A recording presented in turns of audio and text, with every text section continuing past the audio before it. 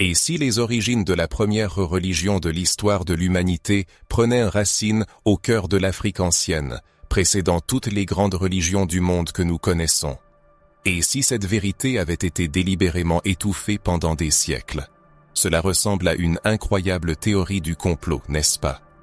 Pourtant, ce qui va être révélé est capable de bouleverser les idées établies sur la spiritualité, la foi et l'origine même du lien divin de l'homme.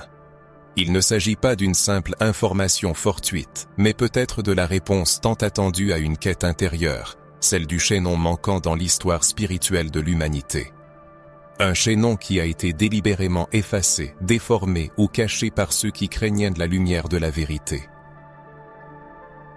L'histoire généralement acceptée, celle que l'on trouve dans les livres et les sermons, ignore ou minimise souvent les témoignages spirituels qui pointent vers une sagesse ancienne née sur le sol africain.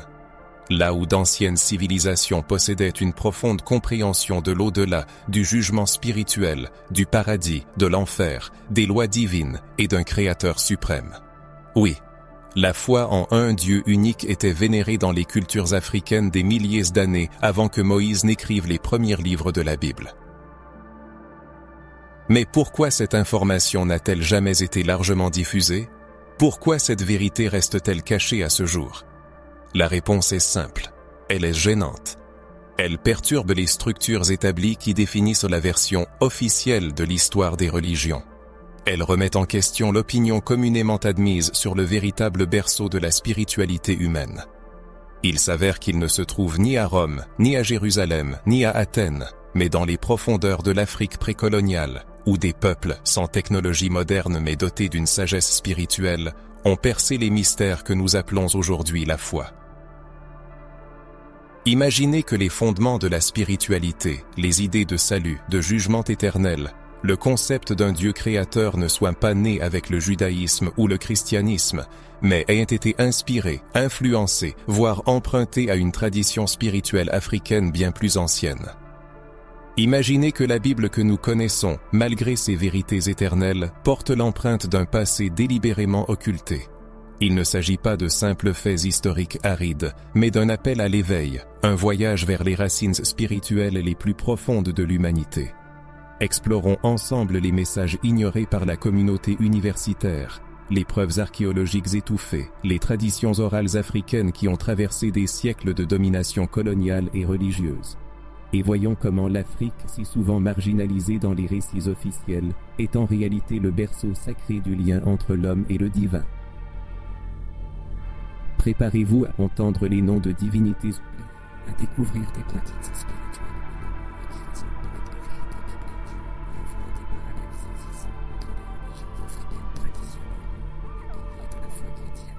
Il ne s'agit pas d'une confrontation mais d'une révélation destinée à éclairer ce qui a été délibérément enfoui dans l'ombre de l'histoire. Si vous êtes parvenu jusqu'à ces lignes, c'est qu'une soif de réponse vous habite. Vous sentez que ce qui nous a été enseigné n'est peut-être qu'une partie de la vérité. Acceptez cette invitation. Ouvrez votre esprit, ouvrez votre âme et plongez dans ce mystère millénaire. La première religion de l'humanité n'est pas un mythe. Elle a existé.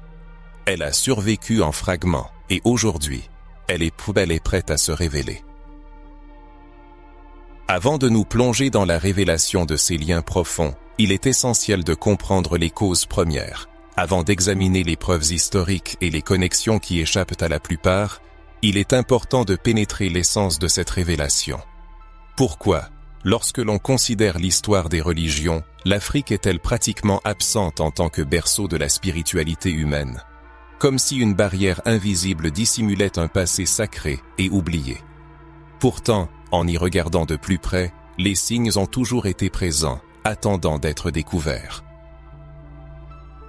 Les peuples africains, bien avant la formation des grandes religions organisées, possédaient déjà un lien profond avec le monde spirituel, qui se manifestait par des rituels exprimant une connexion avec un Créateur suprême, des principes de vie éternelle, un jugement après la mort, une pureté intérieure et des codes moraux étonnamment similaires à ceux qui furent plus tard consignés dans les Écritures sacrées. Pourquoi ces faits ont-ils été relégués au second plan? Pourquoi cet héritage spirituel a-t-il été voué à l'oubli? La réponse pourrait s'avérer plus gênante qu'il n'y paraît. Il existe un intérêt historique et religieux à exclure certains peuples du récit sacré. L'imposition d'un point de vue eurocentrique, axé sur les civilisations gréco-romaines et judéo-chrétiennes, a permis d'ignorer, voire de détruire les fondements spirituels millénaires du continent africain. Le verset de Jean 1,5 prend ici une signification particulière. La lumière brille dans les ténèbres, et les ténèbres ne l'ont pas arrêtée. Car en Afrique, une lumière vive et révélatrice liée au divin a bel et bien brillé. Cependant, l'obscurité de la colonisation, de la domination culturelle et d'une théologie sélective a empêché cette lumière d'être reconnue. Elle a été rejetée, ridiculisée, stigmatisée comme superstition ou paganisme, alors qu'en substance, elle aurait pu être la graine de la foi qui a ensuite germé dans d'autres parties du monde. Imaginez des communautés vivant en harmonie avec la nature et sachant s'adresser au nom d'un Dieu unique, des peuples parlant de paradis et d'enfer bien avant que ces concepts ne soient systématisés dans les textes canoniques. Les pratiques de purification, les jeûnes, les sacrifices symboliques, les rituels de pardon et de rédemption, tout cela faisait déjà partie de la vie spirituelle des sociétés africaines il y a des millénaires. C'est cela, la religion, la foi, la communion avec le sacré. Et le plus frappant, c'est que ces pratiques ne sont pas apparues de nulle part, mais ont été transmises de génération en génération, conservées comme un trésor inestimable. Comment peut-on alors affirmer que la spiritualité africaine est illégitime, défectueuse ou dépourvue de fondements divins? Le fait est que l'histoire, écrite par les vainqueurs, a préféré effacer ses racines. Les colonisateurs, en imposant leur foi, ne sont pas venus dialoguer avec ce qui existait, mais le remplacer. Là où il y avait de la révérence, ils ont semé la peur. Là où il y avait de la sagesse, ils ont établi la doctrine. Là où il y avait un lien direct avec le divin, ils ont introduit des intermédiaires, des dogmes et des structures hiérarchiques. Tout cela a contribué à l'oubli collectif des véritables origines de la spiritualité humaine. Mais maintenant, progressivement, cette lumière cachée recommence à briller. Un éveil se produit. De plus en plus de gens remettent en question ce qui a été enseigné comme une vérité absolue, cherchant à comprendre où a commencé le voyage spirituel de l'humanité. Et ce faisant, ils tournent inévitablement leur regard vers l'Afrique, non plus avec mépris, comme par le passé, mais avec soif, respect, et le désir de reconstruire un pont qui n'aurait jamais dû être brisé. L'étude des anciennes traditions religieuses africaines révèle des parallèles étonnants avec les principes bibliques, ce qui ne peut qu'éveiller un vif intérêt. Le concept d'un Dieu créateur, incarné sous divers noms tels qu'Olumare, Nambi, Mulungu, Maou, dans chaque groupe ethnique, désigne un être suprême, souverain et tout-puissant, impossible à représenter sous forme humaine. Cela ne fait-il pas écho au commandement biblique? Tu ne te feras point d'idole, ni de représentation quelconque. Exode 20, 4. Est-ce une coïncidence ou le témoignage d'un chemin spirituel commun à l'humanité? La croyance en l'au-delà, les récompenses spirituelles, la morale divine, les concepts de péché et de purification, tout cela a fait partie intégrante des croyances africaines pendant des siècles. Certaines de ces croyances parlent même d'êtres spirituels, rappelant les anges et les démons de la théologie chrétienne qui influencent le monde physique depuis la sphère spirituelle. Involontairement, la question se pose. L'héritage spirituel africain ne serait-il pas la révélation que le monde a ignorée? C'est peut-être la raison pour laquelle il y a eu des forces cherchant à étouffer cette histoire. Car la prise de conscience que Dieu s'est adressé à l'humanité à différentes époques, dans différentes langues et par différentes voies, nous rapproche de la compréhension que le message spirituel n'appartient pas à un peuple, une nation ou une culture spécifique. Il appartient à toute la création. L'Afrique, en tant que partie intégrante de cette création divine, a non seulement participé à ce processus, mais a peut-être été le point de départ de toute communication spirituelle. Une telle révélation peut exiger une remise en question des idées établies. Elle nous invite à reconnaître que l'Esprit de Dieu agit où il veut, et que peut-être tandis que beaucoup cherchaient le sacré dans des palais somptueux et des temples de pierre, Dieu se révélait déjà au rythme des tambours dans les forêts, dans les rituels sincères d'un peuple qui, même sans Bible écrite, gardait une parole vivante dans son cœur.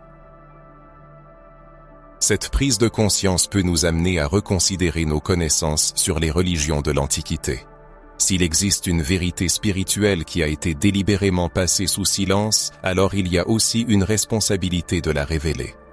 Il ne s'agit pas d'attaquer une foi quelconque, mais d'élargir notre vision et de reconnaître que la présence de Dieu dépasse les pages écrites et les traditions organisées, se manifestant là où nous n'osions pas regarder auparavant.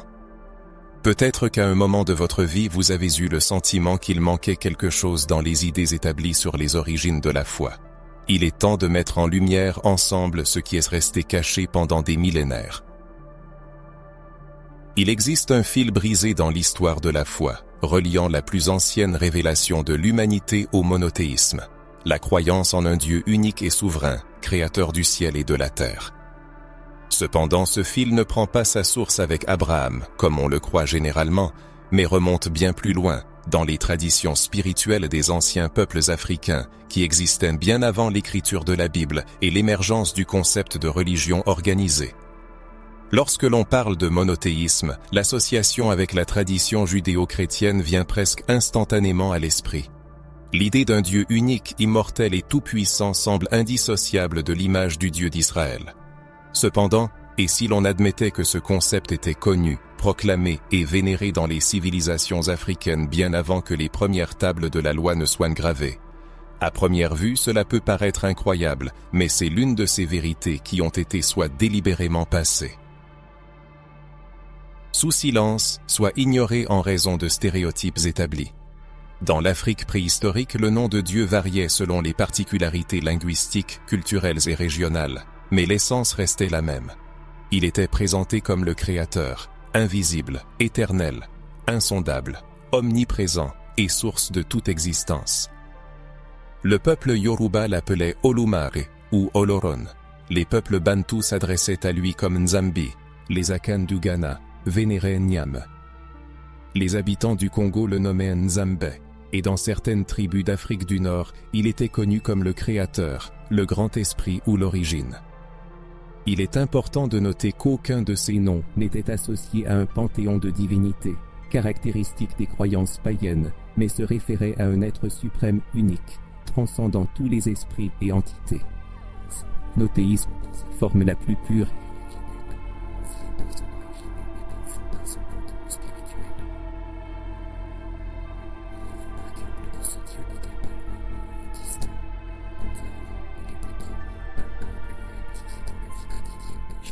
Il était courant pour ces peuples de parler avec révérence du Créateur qui voit tout, sait tout et juge les intentions du cœur humain.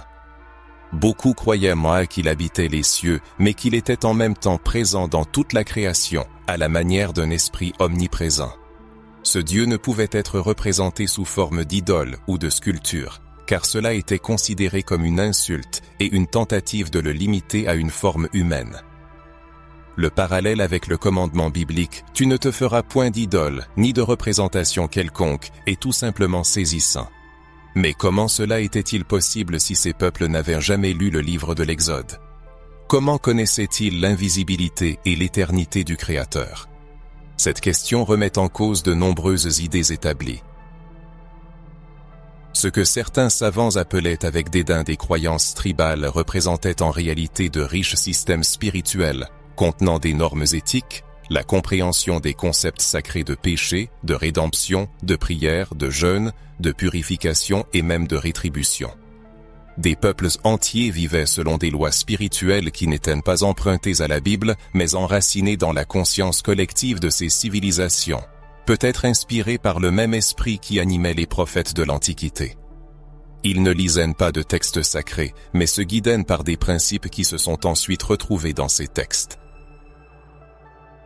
Tout cela pousse à la réflexion. Dieu se révélait-il déjà à l'humanité à cette époque?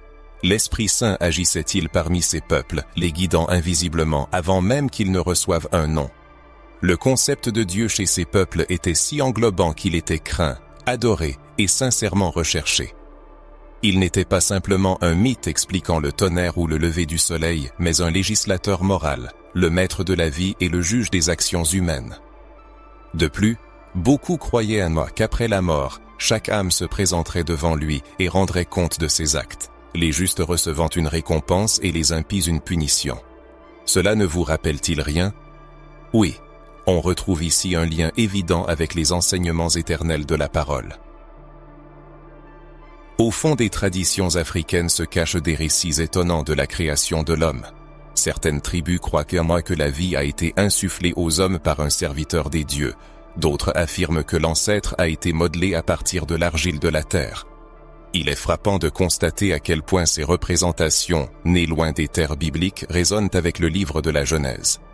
Ces parallèles ne sont pas fortuits, ils suggèrent une révélation originelle, descendue d'en haut et diffusée dans le monde, mais conservée dans sa pureté originelle uniquement dans certains recoins. Et quel endroit pourrait être un plus approprié dépositaire de cette sagesse ancienne que l'Afrique, le berceau de l'humanité? C'est ici, où le pied des premiers hommes a foulé, où la vie a pris naissance, que la première étincelle du lien spirituel avec le Créateur a peut-être surgi. L'Afrique est peut-être non seulement le berceau biologique mais aussi spirituel de l'humanité, l'endroit où l'homme a pour la première fois levé les yeux vers les cieux et prononcé le nom sacré avec révérence dans son cœur. Cette image est si vive et convaincante qu'il est impossible de l'ignorer. Pendant des siècles, ces inestimables traditions ont été déformées, dévalorisées ou absorbées par d'autres systèmes religieux. Cependant, dans leur profondeur, une pureté subsiste qui continue de résister à l'épreuve du temps. De nombreux peuples africains conservent encore aujourd'hui ces enseignements, souvent sans se rendre compte qu'ils ne tiennent entre leurs mains qu'un écho d'une ancienne révélation. Ils continuent d'adresser des prières au Créateur, d'observer des jeûnes et de garder le sacré avec une crainte révérentielle.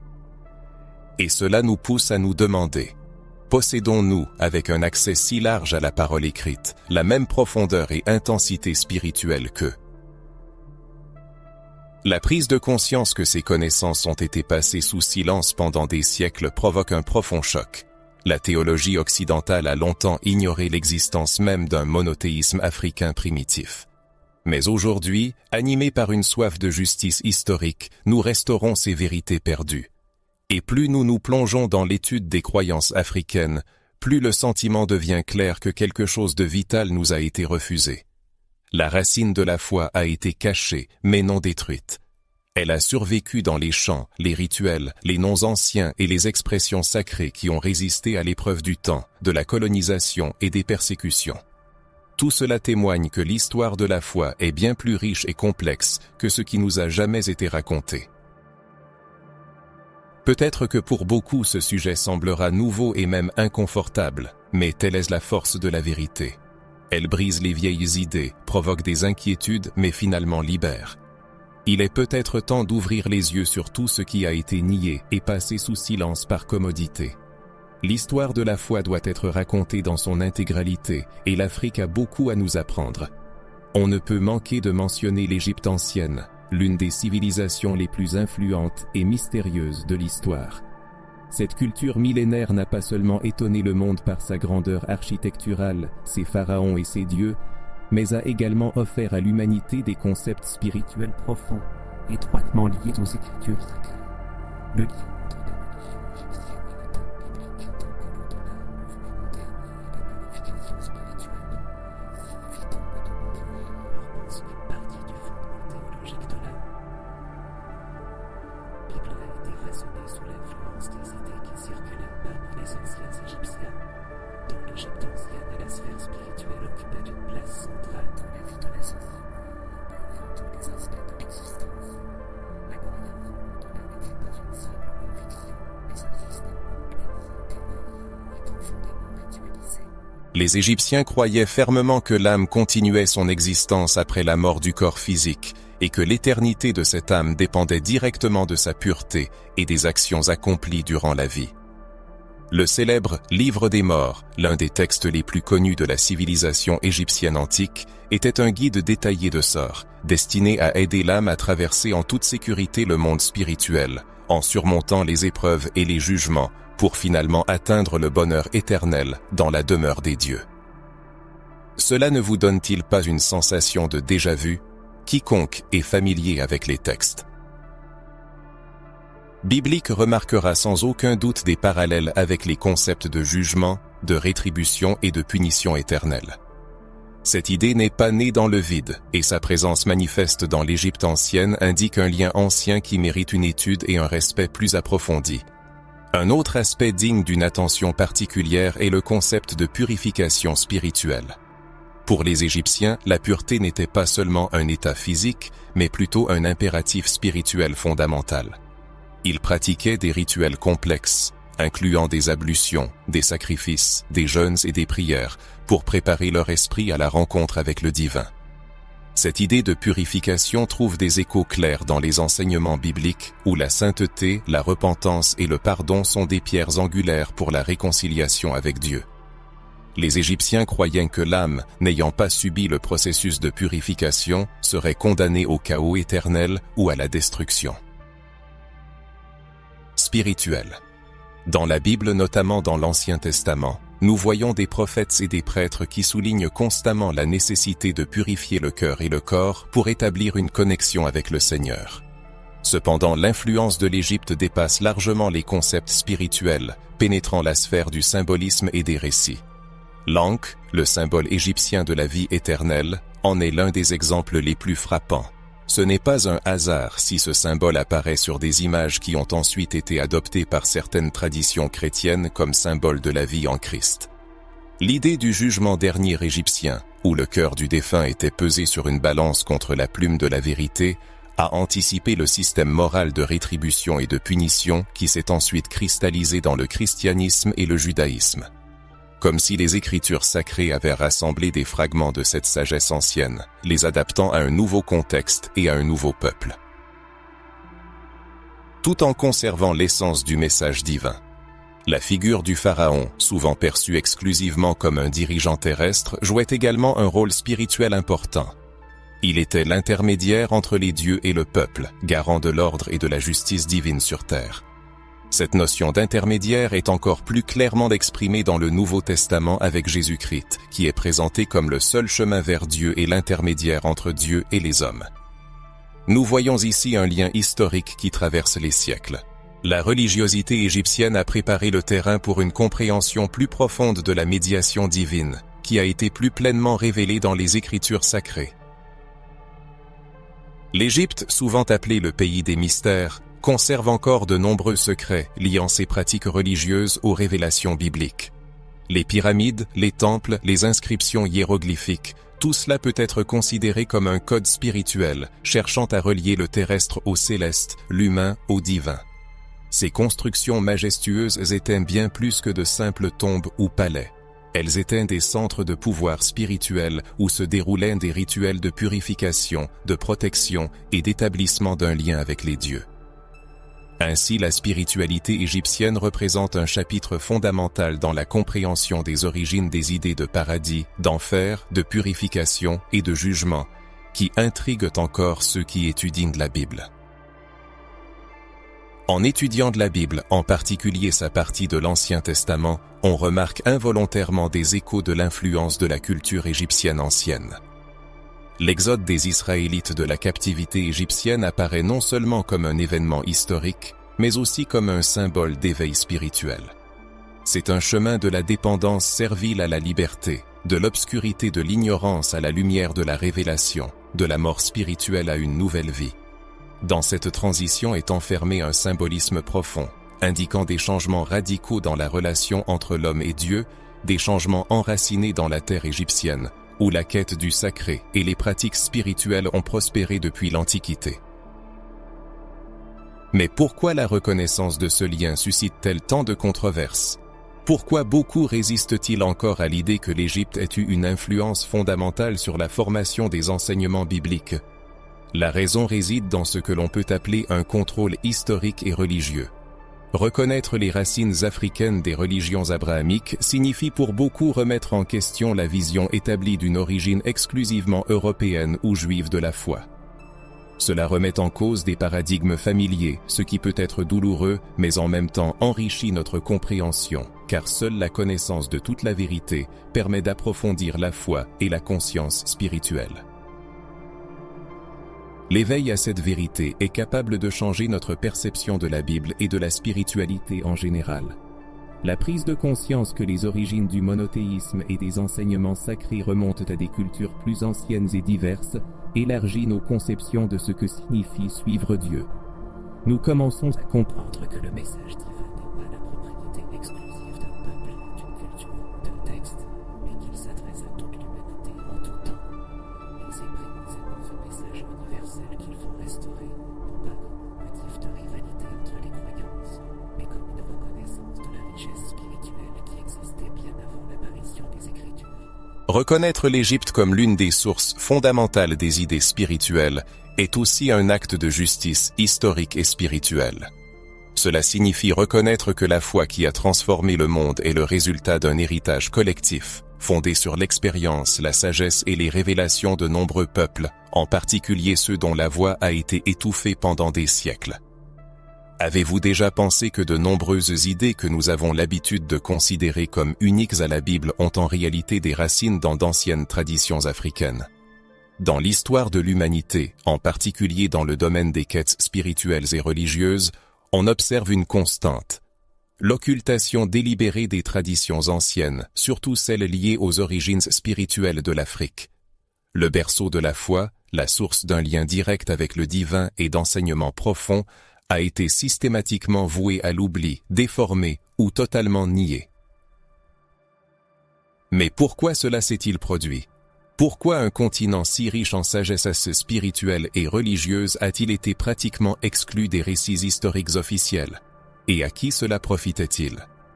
Pour répondre à ces questions, il faut comprendre que l'histoire, telle qu'elle nous est souvent présentée, n'est pas simplement un ensemble de faits neutres. C'est une construction soigneusement élaborée, et ceux qui détiennent le pouvoir contrôlent cette construction.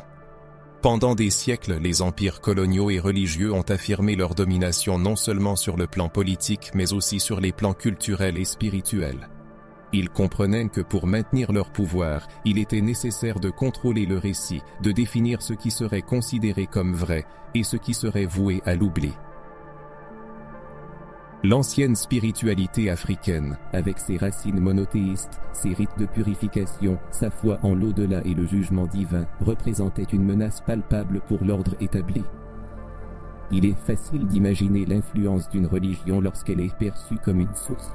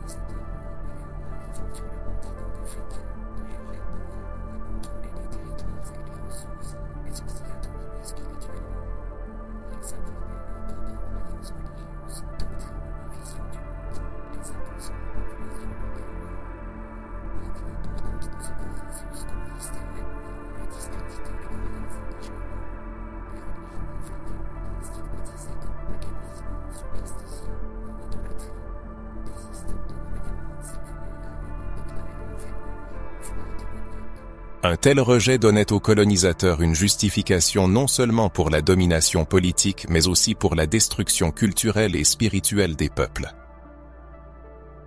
L'Église institutionnelle a joué un rôle clé dans ce processus. Pendant des siècles, les institutions religieuses ont créé des mécanismes pour maintenir leur pouvoir sur les gens.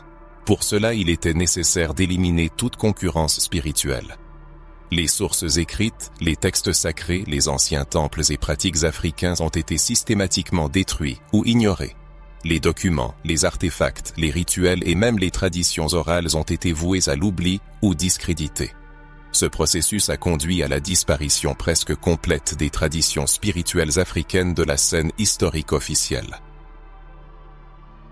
Mais ce qui est encore plus tragique, c'est que cette occultation n'était pas seulement dirigée contre les rites religieux, mais aussi contre l'auto-identification des peuples. Nier la spiritualité équivaut à nier l'âme, à rompre le lien avec le divin, avec les racines et les ancêtres. Cela a créé un vide spirituel que seules les religions dominantes pouvaient combler, renforçant leur hégémonie et soutenant un système de pouvoir profitable à quelques-uns et oppressif pour beaucoup. Pourquoi cela représentait-il une menace pour l'élite dirigeante? Parce que la véritable spiritualité libère, autonomise, favorise la conscience et l'indépendance.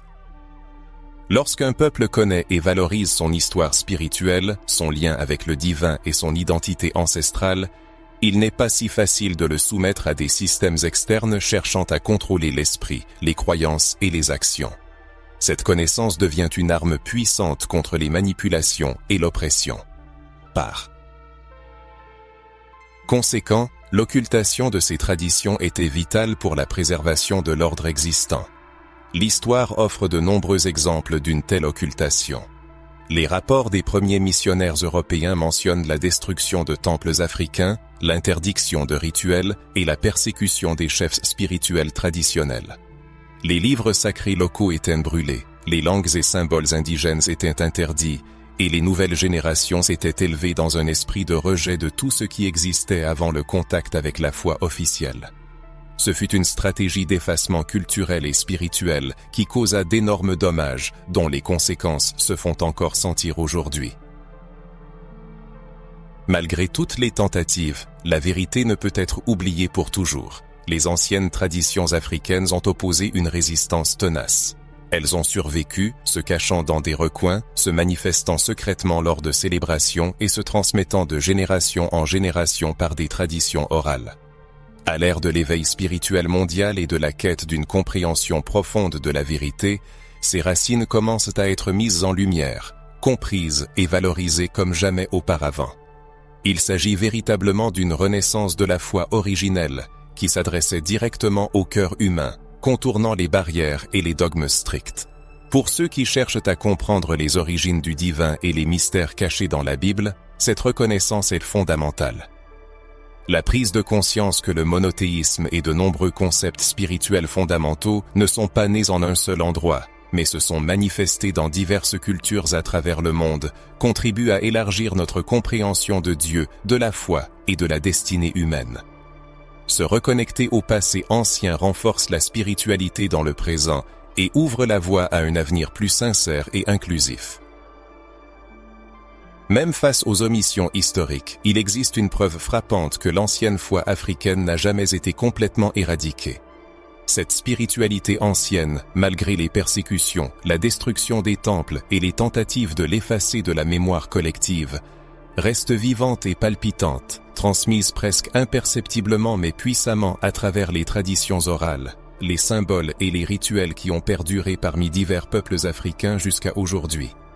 De plus, ces racines spirituelles résonnent également dans le christianisme moderne, souvent de manière voilée, mais sans équivoque pour ceux qui savent où chercher. La tradition orale est devenue un allié fiable dans cette survie. De nombreux peuples africains, principalement sans écriture au cours des premiers millénaires, ont conservé leurs connaissances spirituelles en racontant des histoires, en exécutant des chants sacrés et en éduquant les jeunes par des proverbes et des métaphores pleins de sens profonds. Cette tradition orale servait de code secret, un héritage vivant qui se transmettait de génération en génération, même sous la menace d'être déclaré hérétique par les nouvelles autorités coloniales et religieuses. Les histoires du Dieu créateur, du voyage de l'âme et des esprits qui guident et protègent ont été conservées par les anciens et les chefs spirituels, souvent au risque d'être condamnés par les nouvelles autorités coloniales et religieuses. Au-delà de la tradition orale, les symboles sacrés constituent une autre forme éclatante de résistance et de préservation. L'Ankh, peut-être le symbole le plus connu de l'Égypte ancienne, incarne la vie éternelle, le lien entre le ciel et la terre, l'énergie vitale qui soutient toute la création. Ce symbole, sous diverses variantes, se retrouve même dans les églises et les artefacts chrétiens. Mais il n'y a pas que l'Ankh. D'autres signes, tels que l'œil d'Horus, symbolisant la protection et la santé, et le scarabée, associé au renouveau et à la résurrection, portent des messages spirituels qui trouvent des parallèles dans les idées chrétiennes de protection divine, de guérison spirituelle et de renaissance en Christ. Il est frappant d'observer comment les symboles anciens n'ont pas disparu sans laisser de traces, mais ont été organiques.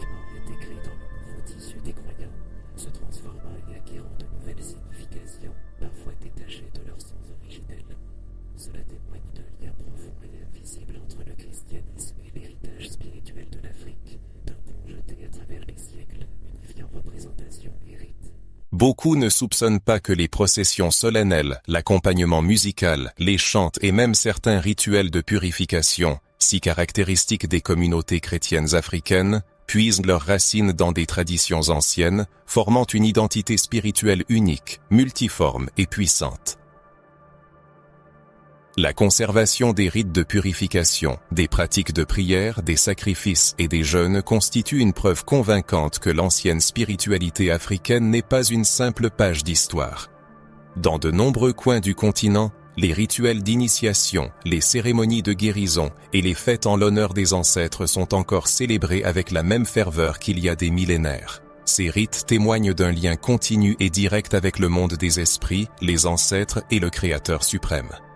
On croit que la protection et la bénédiction divine accompagnent ces pratiques, confirmant l'idée que la spiritualité n'est pas simplement une question de foi, mais une expérience vivante et palpable, partie intégrante de la vie quotidienne.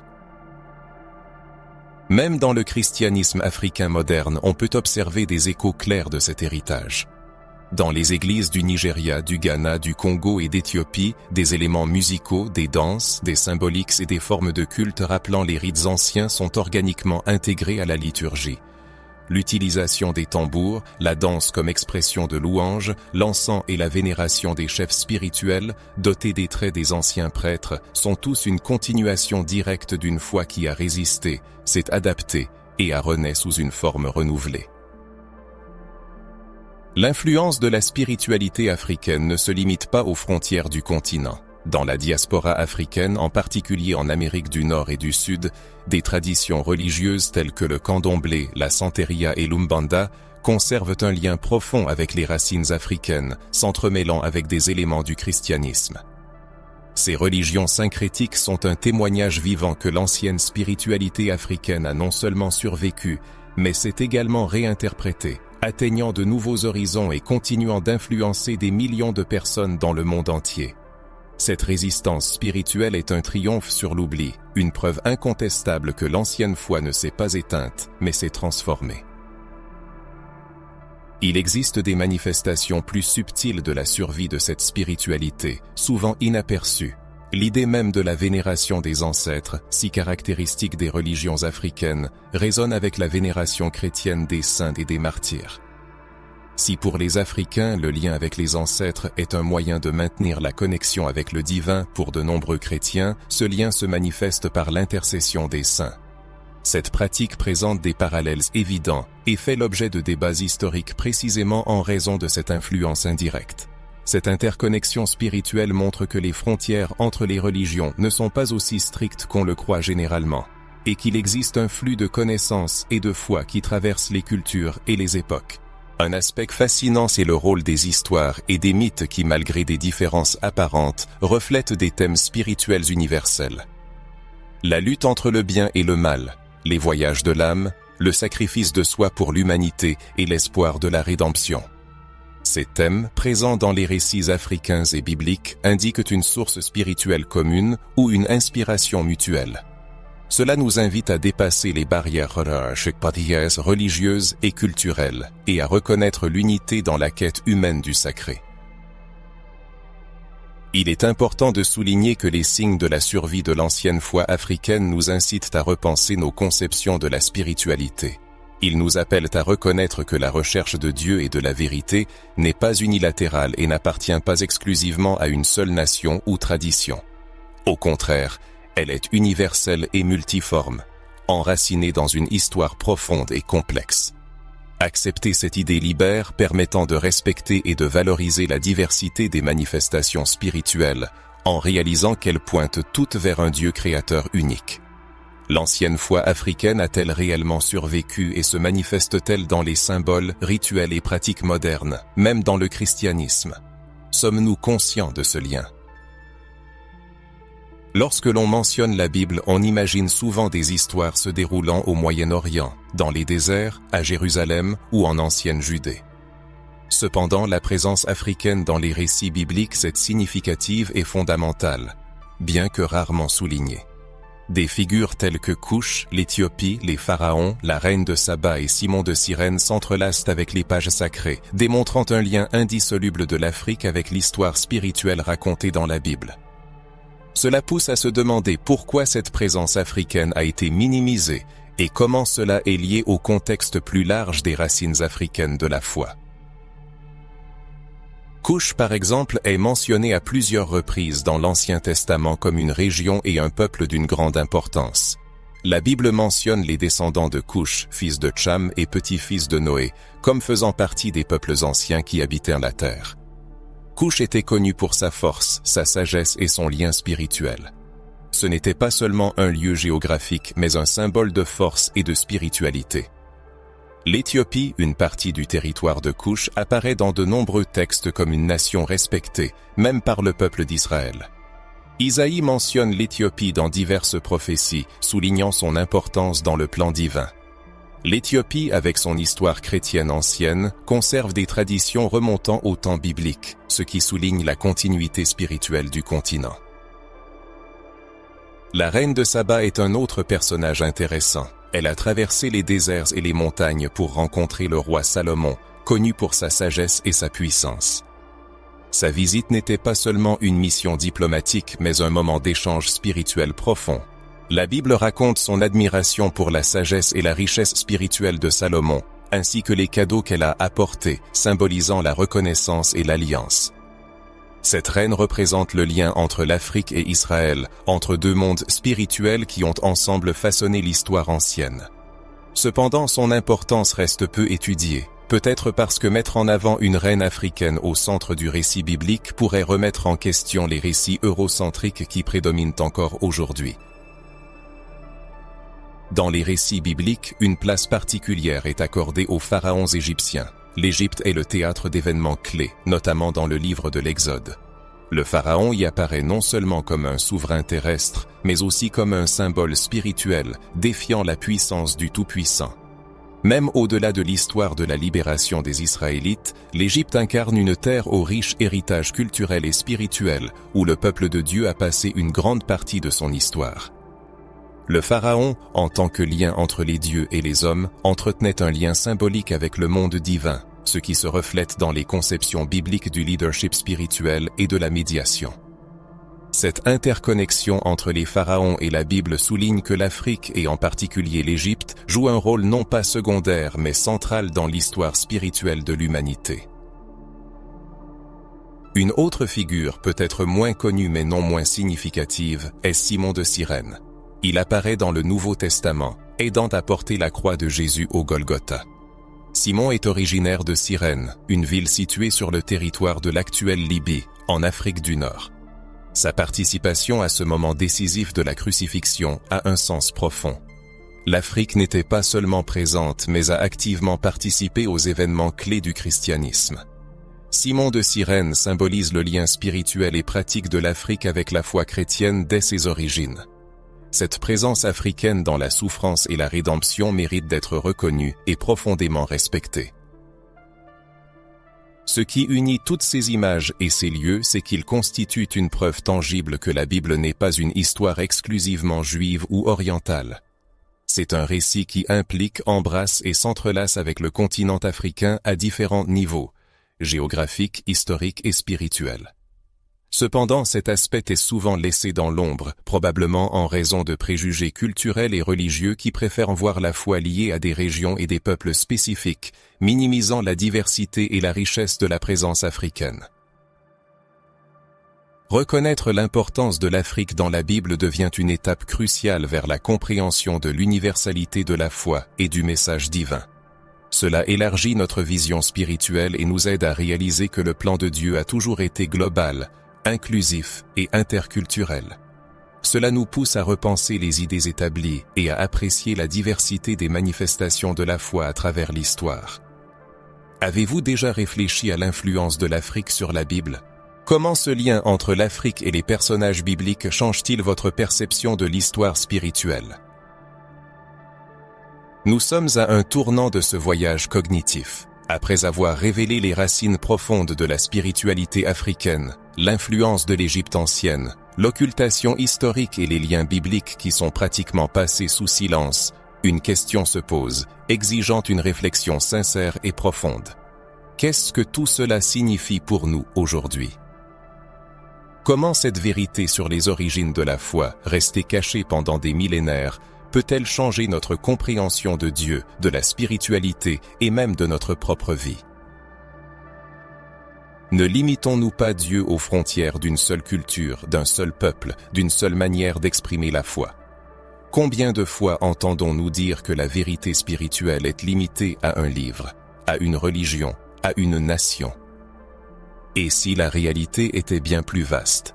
Et si Dieu s'était toujours adressé à tous les hommes partout, utilisant différentes cultures, langues et traditions, adaptant son message aux capacités et au contexte de chaque peuple?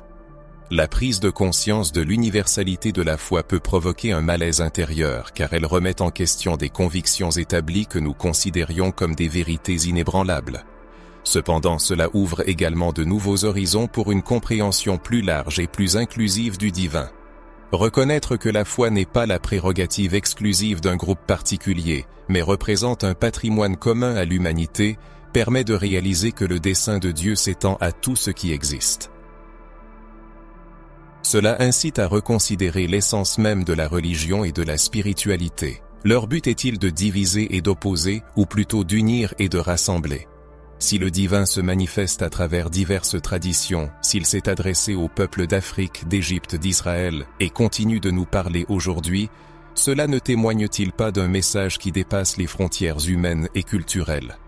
De telles réflexions nous amènent à réévaluer le rôle des religions organisées, souvent assombries par des conflits et des contradictions. L'essence véritable de la foi n'a-t-elle pas été perdue au milieu des interprétations humaines et des ambitions de pouvoir? En se tournant vers les traditions spirituelles africaines, on peut observer un lien direct et vivant entre l'homme et le divin, sans la nécessité d'intermédiaires complexes ou de dogmes stricts. C'est une spiritualité qui vient du cœur, une expérience personnelle de révérence envers la nature et les ancêtres qui bien que sous d'autres formes se retrouve également dans la Bible. Une telle diversité n'amoindrit pas la vérité, mais l'enrichit au contraire. De plus, reconnaître le fait que Dieu s'est adressé et continue de s'adresser à tous les peuples nous invite à renoncer à l'ethnocentrisme spirituel, la conviction qu'une seule religion ou culture détient la vérité exclusive. Une vision aussi limitée engendre des divisions, des préjugés et de l'intolérance. En revanche, la conscience d'une révélation universelle favorise le respect des diverses manifestations de la foi, nous rapproche de cet amour véritable que Dieu a commandé et nous permet d'apprécier la diversité comme une partie intégrante du dessein divin. Cet éveil nous pousse également à l'introspection. Comment vivons-nous notre spiritualité? Les dogmes ne nous entravent-ils pas, nous éloignant de ce que Dieu a prévu pour nous? Sommes-nous ouverts à entendre la voix de l'Esprit qui résonne aujourd'hui à travers différentes voix, histoires et cultures? La vérité révélée sur les racines africaines montre que la spiritualité n'est pas une question de formalité, mais une question d'authenticité et de lien sincère avec le Créateur. Il est important de souligner que le but de ces réflexions n'est pas de minimiser une foi ou une tradition quelconque, mais d'élargir notre compréhension. Dieu dépasse toutes les limitations humaines et son message s'adresse à tous et à chacun. En acceptant cela, nous commençons à vivre une foi plus profonde, plus inclusive et plus vraie, qui honore à la fois l'histoire et la diversité de l'humanité. Pensez à votre propre foi. Avez-vous déjà pensé que Dieu puisse s'adresser à des peuples différents du vôtre? Comment cela change-t-il votre perception de la spiritualité et de votre propre chemin? Il faut se souvenir que ce chemin est destiné à élargir nos horizons, à nous faire grandir spirituellement et à nous connecter à cette vérité la plus profonde que Dieu souhaite révéler à chacun de nous. Nous avons encore beaucoup à apprendre sur ces racines sacrées et sur leur signification pour notre présent et notre avenir spirituel. En nous penchant sur les annales du christianisme primitif, un fait souvent passé sous silence se révèle: l'impact puissant de la spiritualité africaine sur sa formation. Cette influence n'est pas un simple hasard ou un détail insignifiant, mais un composant essentiel qui a contribué à façonner les rites, symboles et concepts qui perdurent dans le christianisme jusqu'à nos jours. Nombre des premiers disciples de Jésus ont vécu, prêché ou interagi directement avec les cultures africaines, en particulier en Afrique du Nord. Et cette interpénétration culturelle et spirituelle a laissé une empreinte indélébile sur le développement de la foi chrétienne. Il est connu que des villes comme Alexandrie en Égypte furent des centres clés de la pensée théologique et spirituelle durant les premiers siècles de l'ère chrétienne. Alexandrie fut le berceau de figures chrétiennes éminentes, telles que Clément et Origène, qui non seulement élaborèrent d'importantes doctrines, mais s'appuyèrent également sur des traditions philosophiques et spirituelles reflétant le syncrétisme de l'époque, incluant des éléments de la spiritualité africaine. L'influence de ces traditions se perçoit dans la manière dont le christianisme primitif traitait les thèmes de la purification de l'âme, de la lutte entre la lumière et les ténèbres, de l'importance de l'ascétisme et des sacrements, qui étaient présents depuis des millénaires dans les religions africaines anciennes. De plus, l'idée même du monothéisme et de la sainteté, qui sont au cœur du christianisme, résonne largement avec ce qui était cultivé dans les systèmes spirituels africains autochtones. La conception d'un Dieu créateur tout-puissant et présent dans toute la création existait déjà et était vécue par les peuples africains bien avant la rédaction des textes bibliques. Cette vision n'a pas été simplement empruntée, mais est entrée en dialogue et s'est intégrée à l'expérience religieuse des premiers chrétiens, créant un fondement qui valorisait à la fois la transcendance et l'immanence du divin, ce qui est également central dans les traditions africaines, par exemple dans le culte des esprits ancestraux et la vénération de la nature. Les rituels de purification devenus partie intégrante des liturgies chrétiennes, notamment dans les rites de baptême, présentent des parallèles évidents avec les anciens rituels africains. L'eau comme symbole de purification spirituelle, de renouvellement de l'alliance avec Dieu, de renoncement au péché et à l'ancienne vie, ce sont des concepts qui résonnent directement avec les pratiques anciennes. Et il ne s'agissait pas seulement d'une adaptation culturelle, mais d'une continuité spirituelle qui a renforcé le message évangélique dans un contexte multiculturel. Cette synthèse a permis aux premiers chrétiens de transmettre efficacement leurs idées aux populations africaines, en utilisant des symboles et des rites qui leur étaient déjà familiers. L'utilisation des symboles est également un témoignage éclatant de cette influence. Les symboles chrétiens, tels que la croix, qui a acquis sa pleine signification avec la crucifixion de Jésus, présentent des variations qui renvoient à d'anciens symboles africains de vie et de protection, comme l'ankh égyptien.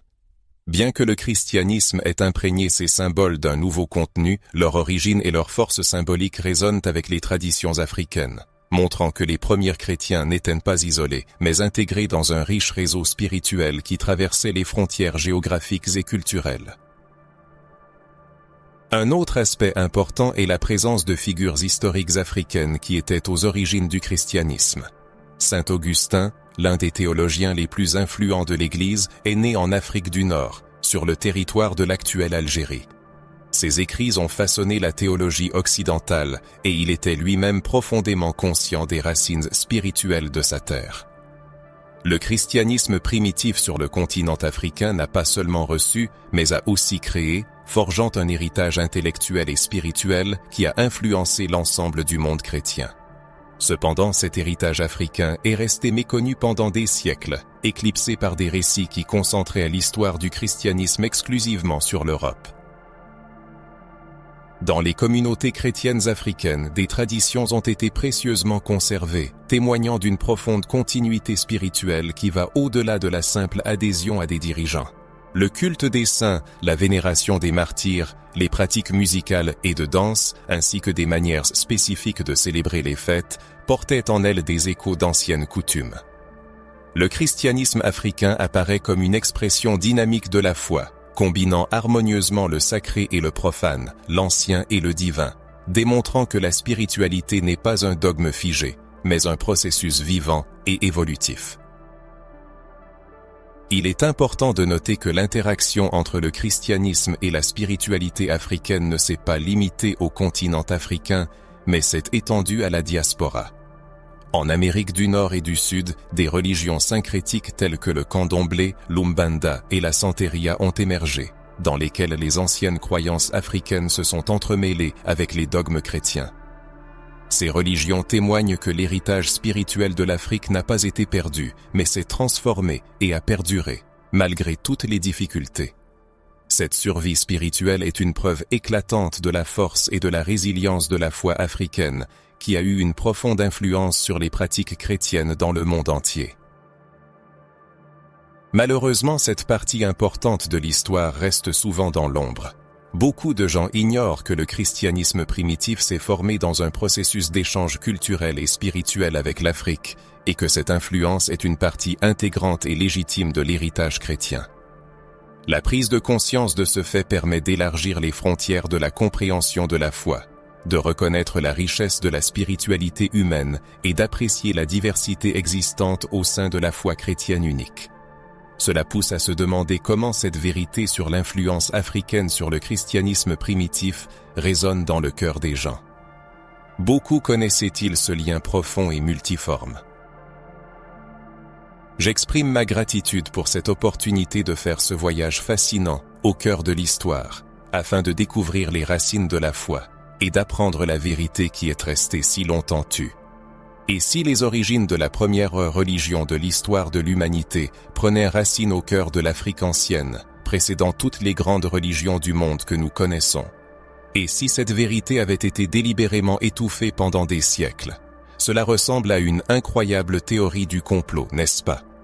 Pourtant, ce qui va être révélé est capable de bouleverser les idées établies sur la spiritualité, la foi et l'origine même du lien divin de l'homme.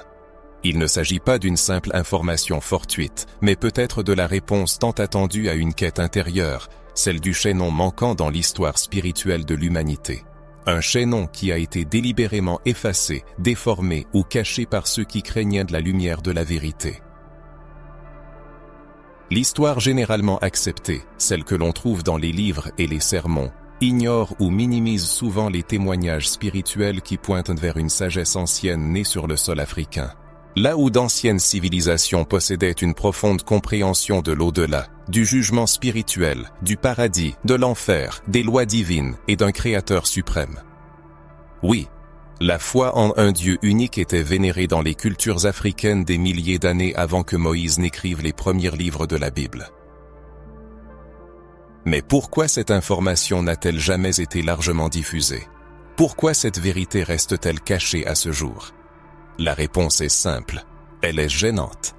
Elle perturbe les structures établies qui définissent la version officielle de l'histoire des religions. Elle remet en question l'opinion communément admise sur le véritable berceau de la spiritualité humaine. Il s'avère qu'il ne se trouve ni à Rome, ni à Jérusalem, ni à Athènes, mais dans les profondeurs de l'Afrique précoloniale, où des peuples sans technologie moderne mais dotés d'une sagesse spirituelle, ont percé les mystères que nous appelons aujourd'hui la foi. Imaginez que les fondements de la spiritualité, les idées de salut, de jugement éternel, le concept d'un Dieu créateur ne soient pas nés avec le judaïsme ou le christianisme, mais aient été inspirés, influencés, voire empruntés à une tradition spirituelle africaine bien plus ancienne. Imaginez que la Bible que nous connaissons, malgré ses vérités éternelles, porte l'empreinte d'un passé délibérément occulté. Il ne s'agit pas de simples faits historiques arides, mais d'un appel à l'éveil, un voyage vers les racines spirituelles les plus profondes de l'humanité.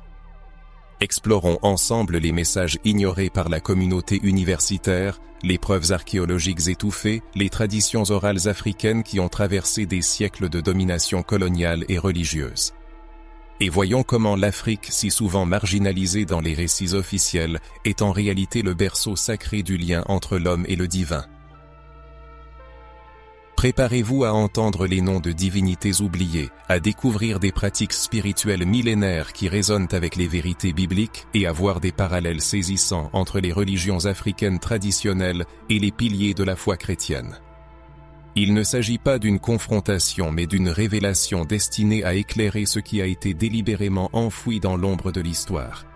Si vous êtes parvenu jusqu'à ces lignes, c'est qu'une soif de réponse vous habite.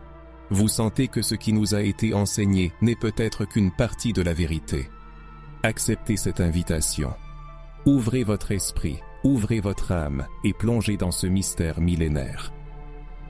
La première religion de l'humanité n'est pas un mythe. Elle a existé. Elle a survécu en fragments, et aujourd'hui, elle est prête. Elle est prête à se révéler. Avant de nous plonger dans la révélation de ces liens profonds, il est essentiel de comprendre les causes premières, avant d'examiner les preuves historiques et les connexions qui échappent à la plupart. Il est important de pénétrer l'essence de cette révélation. Parce que au cours des dernières histoires des religions, l'Afrique était pratiquement absente en tant que berceau de la spiritualité humaine. Comme si une barrière invisible dissimulait nos passés sacrés et oubliés.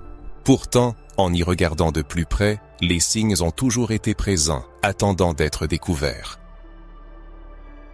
Les peuples africains, bien avant la formation des grandes religions organisées, possédaient déjà un lien profond avec le monde spirituel, qui se manifestait par des rituels exprimant une connexion avec un Créateur suprême, des principes de vie éternelle, un jugement après la mort, une pureté intérieure et des codes moraux étonnamment similaires à ceux qui furent plus tard consignés dans les Écritures sacrées. Pourquoi ces faits ont-ils été relégués au second plan? Pourquoi cet héritage spirituel a-t-il été voué à l'oubli? La réponse pourrait s'avérer plus gênante qu'il n'y paraît. Il existe un intérêt historique et religieux à exclure certains peuples du récit sacré. L'imposition d'un point de vue eurocentrique, axé sur les civilisations gréco-romaines et judéo-chrétiennes, a permis d'ignorer, voire de détruire les fondements spirituels millénaires du continent africain. Le verset de Jean 1,5 prend ici une signification particulière. La lumière brille dans les ténèbres, et les ténèbres ne l'ont pas arrêtée. Car en Afrique, une lumière vive et révélatrice liée au divin a bel et bien brillé. Cependant, l'obscurité de la colonisation, de la domination culturelle et d'une théologie sélective a empêché cette lumière d'être reconnue. Elle a été rejetée, ridiculisée, stigmatisée comme superstition ou paganisme, alors qu'en substance, elle aurait pu être la graine de la foi qui a ensuite germé dans d'autres parties du monde. Imaginez des communautés vivant en harmonie avec la nature et sachant s'adresser au nom d'un Dieu unique. Des peuples parlant de paradis et d'enfer bien avant que ces concepts ne soient systématisés dans les textes canoniques. Les pratiques de purification, les jeûnes, les sacrifices symboliques, les rituels de pardon et de rédemption. Tout cela faisait déjà partie de la vie spirituelle des sociétés africaines il y a des millénaires. C'est cela, la religion, la foi, la communion avec le sacré. Et le plus frappant, c'est que ces pratiques ne sont pas apparues de nulle part, mais ont été transmises de génération en génération, conservées comme un trésor inestimable. Comment peut-on alors affirmer que la spiritualité africaine est illégitime, défectueuse ou dépourvue de fondements divins? Le fait est que l'histoire, écrite par les vainqueurs, a préféré effacer ses racines. Les colonisateurs, en imposant leur foi, ne sont pas venus dialoguer avec ce qui existait, mais le remplacer. Là où il y avait de la révérence, ils ont semé la peur. Là où il y avait de la sagesse, ils ont établi la doctrine. Là où il y avait un lien direct avec le divin, ils ont introduit des intermédiaires, des dogmes et des structures hiérarchiques. Tout cela a contribué à l'oubli collectif des véritables origines de la spiritualité humaine. Mais maintenant, progressivement, cette lumière cachée recommence à briller. Un éveil se produit. De plus en plus de gens remettent en question ce qui a été enseigné comme une vérité absolue, cherchant à comprendre ou à commencer le voyage spirituel de l'humanité. Et ce faisant, ils tournent inévitablement leur regard vers l'Afrique, non plus avec mépris, comme par le passé, mais avec soif, respect et le désir de reconstruire un pont qui n'aurait jamais dû être brisé. L'étude des anciennes traditions religieuses africaines révèle des parallèles étonnants avec les principes bibliques, ce qui ne peut qu'éveiller un vif intérêt. Le concept d'un Dieu créateur, incarné sous divers noms tels qu'Olumar, Nambi, Mulungu, Maou, dans chaque groupe ethnique désigne un être suprême, souverain et tout-puissant, impossible à représenter sous forme humaine. Cela ne fait-il pas écho au commandement biblique? Tu ne te feras point d'idole, ni de représentation quelconque. Exode 24. Est-ce une coïncidence ou le témoignage d'un chemin spirituel commun à l'humanité? La croyance en l'au-delà, les récompenses spirituelles, la morale divine, les concepts de péché et de purification, tout cela a fait partie intégrante des croyances africaines pendant des siècles. Certaines de ces croyances parlent même d'êtres spirituels, rappelant les anges et les démons de la théologie chrétienne qui influencent le monde physique depuis la sphère spirituelle. Involontairement, la question se pose. L'héritage spirituel africain ne serait-il pas la révélation que le monde a ignorée? C'est peut-être la raison pour laquelle il y a eu des forces cherchant à étouffer cette histoire. Car la prise de conscience que Dieu s'est adressé à l'humanité à différentes époques, dans différentes langues et par différentes voies, nous rapproche de la compréhension que le message spirituel n'appartient pas à un peuple, une nation ou une culture spécifique. Il appartient à toute la création. L'Afrique, en tant que partie intégrante de cette création divine, a non seulement participé à ce processus, mais a peut-être été le point de départ de toute communication spirituelle. Une telle révélation peut exiger une remise en question des idées établies. Elle nous invite à reconnaître que l'Esprit de Dieu agit où il veut, et que peut-être tandis que beaucoup cherchaient le sacré dans des palais somptueux et des temples de pierre, Dieu se révélait déjà au rythme des tambours dans les forêts, dans les rituels sincères d'un peuple qui, même sans Bible écrite, gardait une parole vivante dans son cœur. Cette prise de conscience peut nous amener à reconsidérer nos connaissances sur les religions de l'Antiquité. S'il existe une vérité spirituelle qui a été délibérément passée sous silence, alors il y a aussi une responsabilité de la révéler. Il ne s'agit pas d'attaquer une foi quelconque, mais d'élargir notre vision et de reconnaître que la présence de Dieu dépasse les pages écrites et les traditions organisées, se manifestant là où nous n'osions pas regarder auparavant.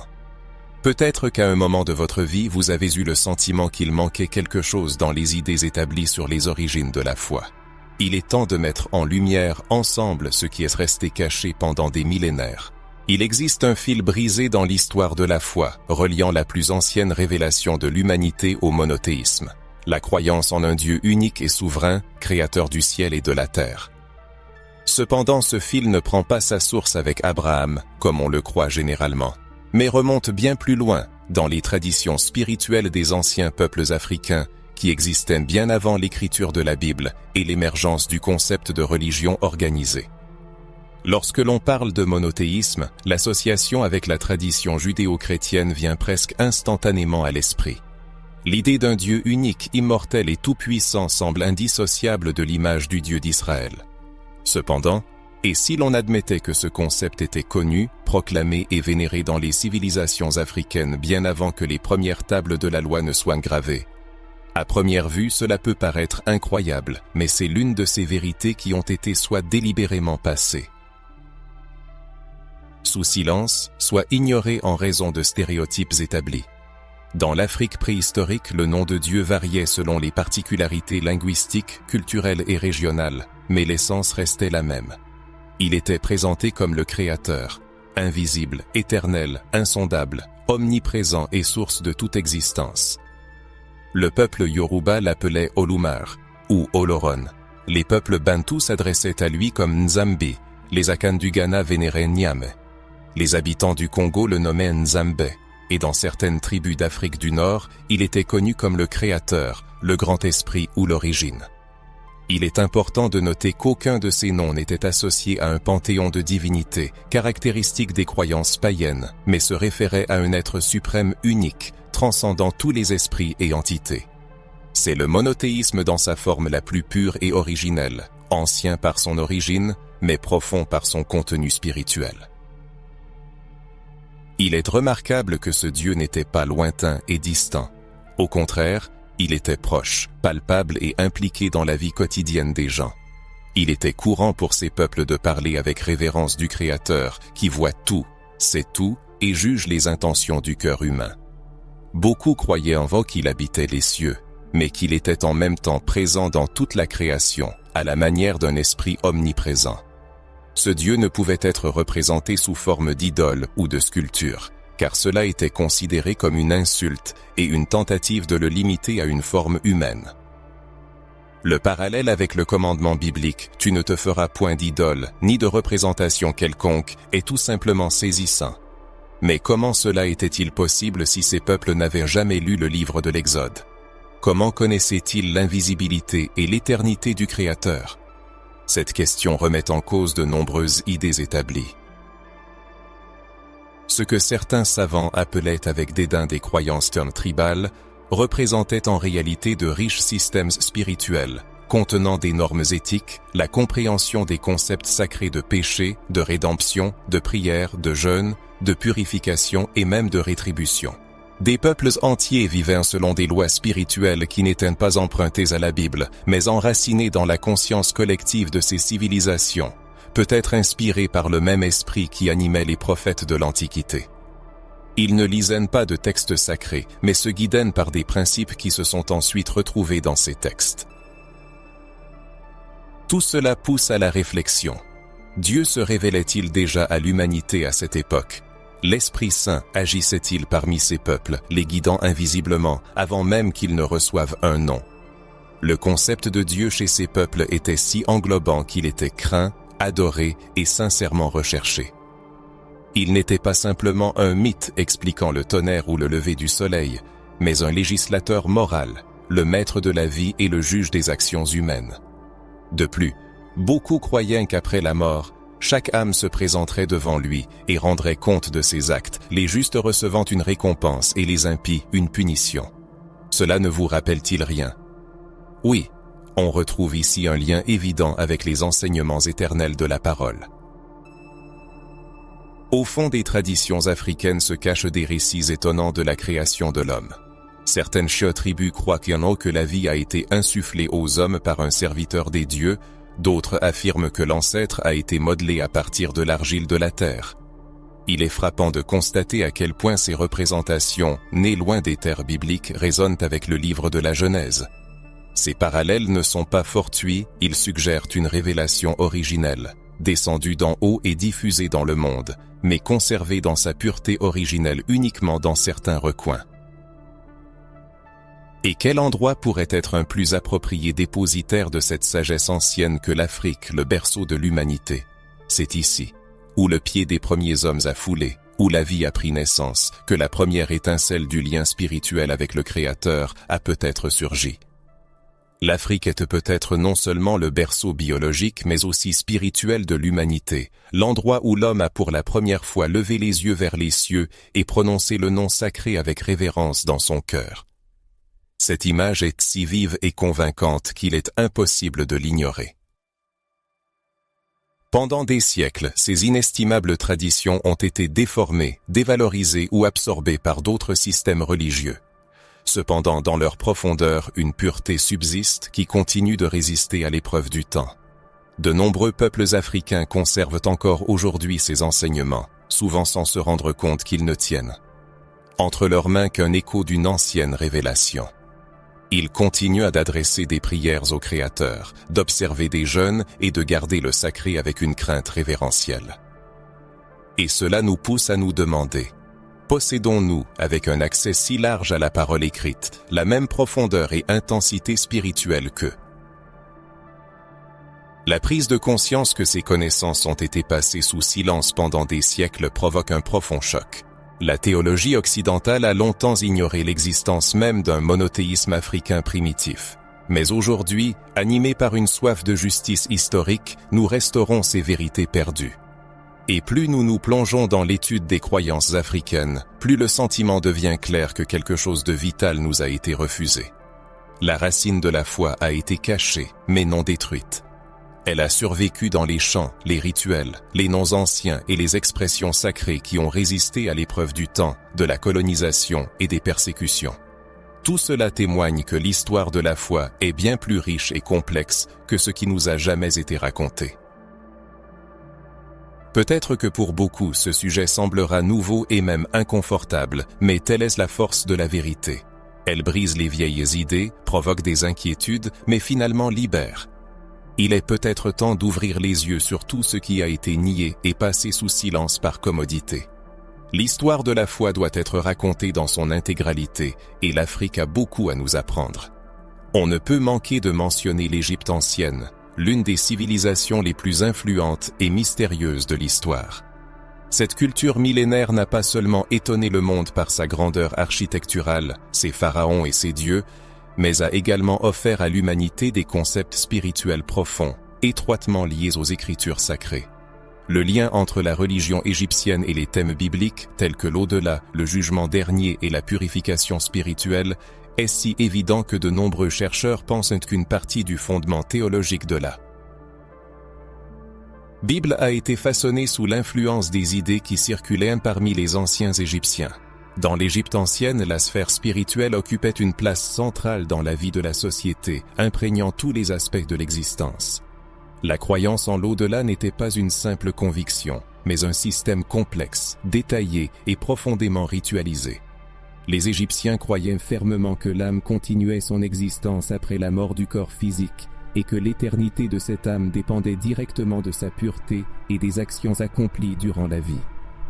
Le célèbre Livre des Morts, l'un des textes les plus connus de la civilisation égyptienne antique, était un guide méthodique destiné à aider dans la traversée spirituelle sur le monde des épreuves pour finalement atteindre le bonheur éternel dans la demeure des dieux.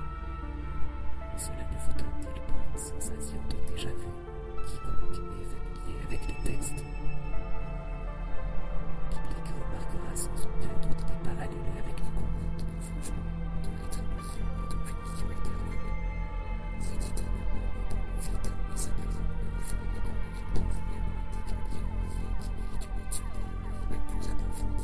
On transmet d'une méthode particulière le concept de purification spirituelle. Pour les Égyptiens, la pureté n'était pas vraiment un physique, mais plutôt un impératif spirituel fondamental. Ils pratiquaient des rituels complexes, incluant des ablutions, des sacrifices, des jeûnes et des prières, pour préparer leur esprit à la rencontre avec le divin.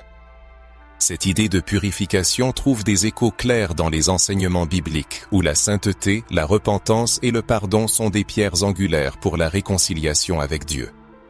Les Égyptiens croyaient que l'âme, n'ayant pas subi le processus de purification, serait condamnée au chaos éternel ou à la destruction.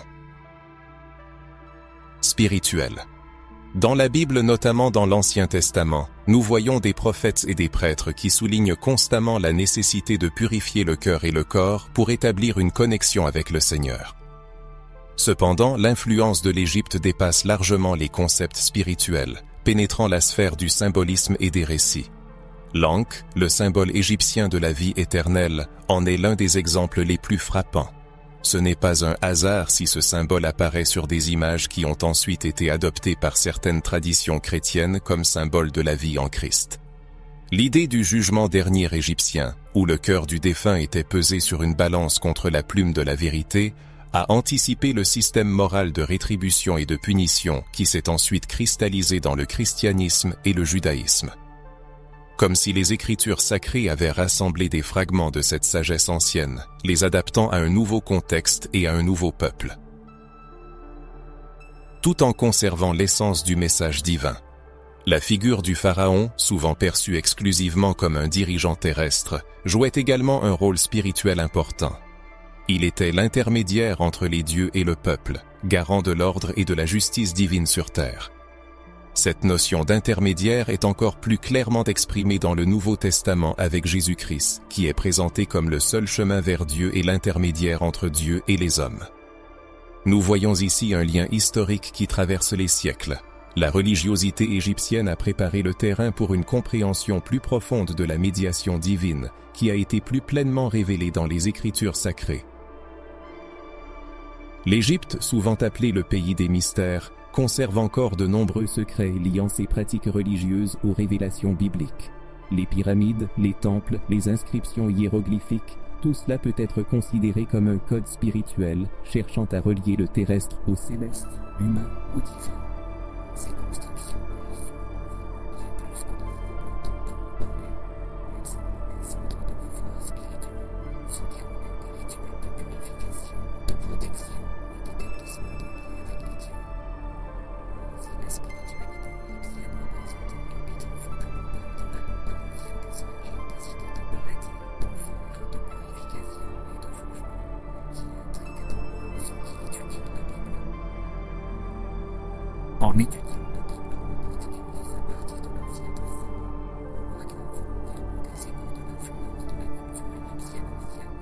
L'exode des Israélites de la captivité égyptienne apparaît non seulement comme un événement historique, mais aussi comme un symbole d'éveil spirituel.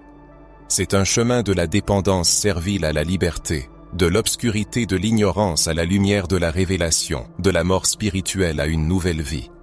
Dans cette transition est enfermé un symbolisme profond, indiquant des changements radicaux dans la relation entre l'homme et Dieu, des changements enracinés dans la terre égyptienne, où la quête du sacré et les pratiques spirituelles ont prospéré depuis l'Antiquité.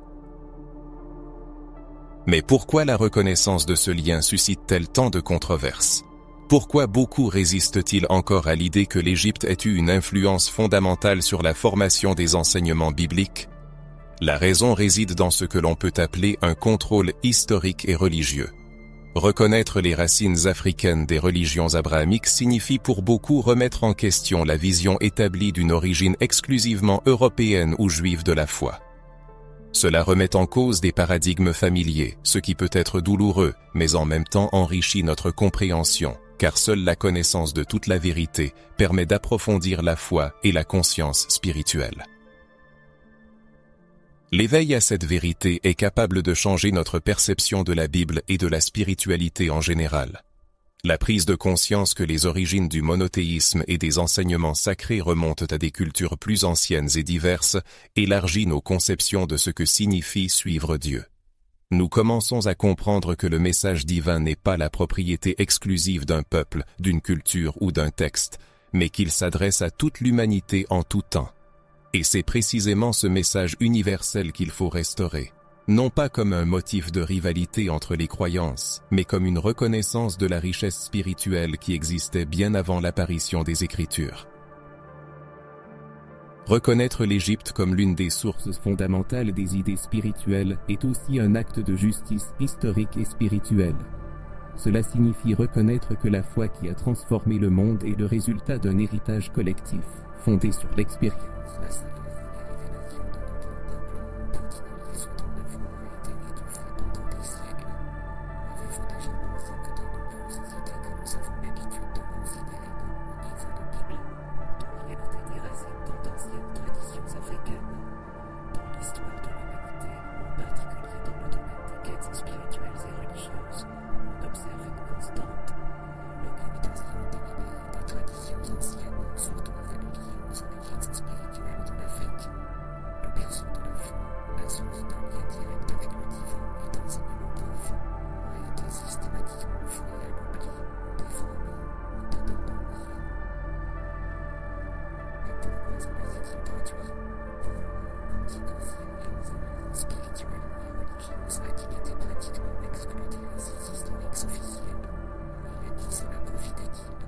Pour répondre à ces questions, il faut comprendre que l'histoire, telle qu'elle nous est souvent présentée, n'est pas simplement un ensemble de faits neutres.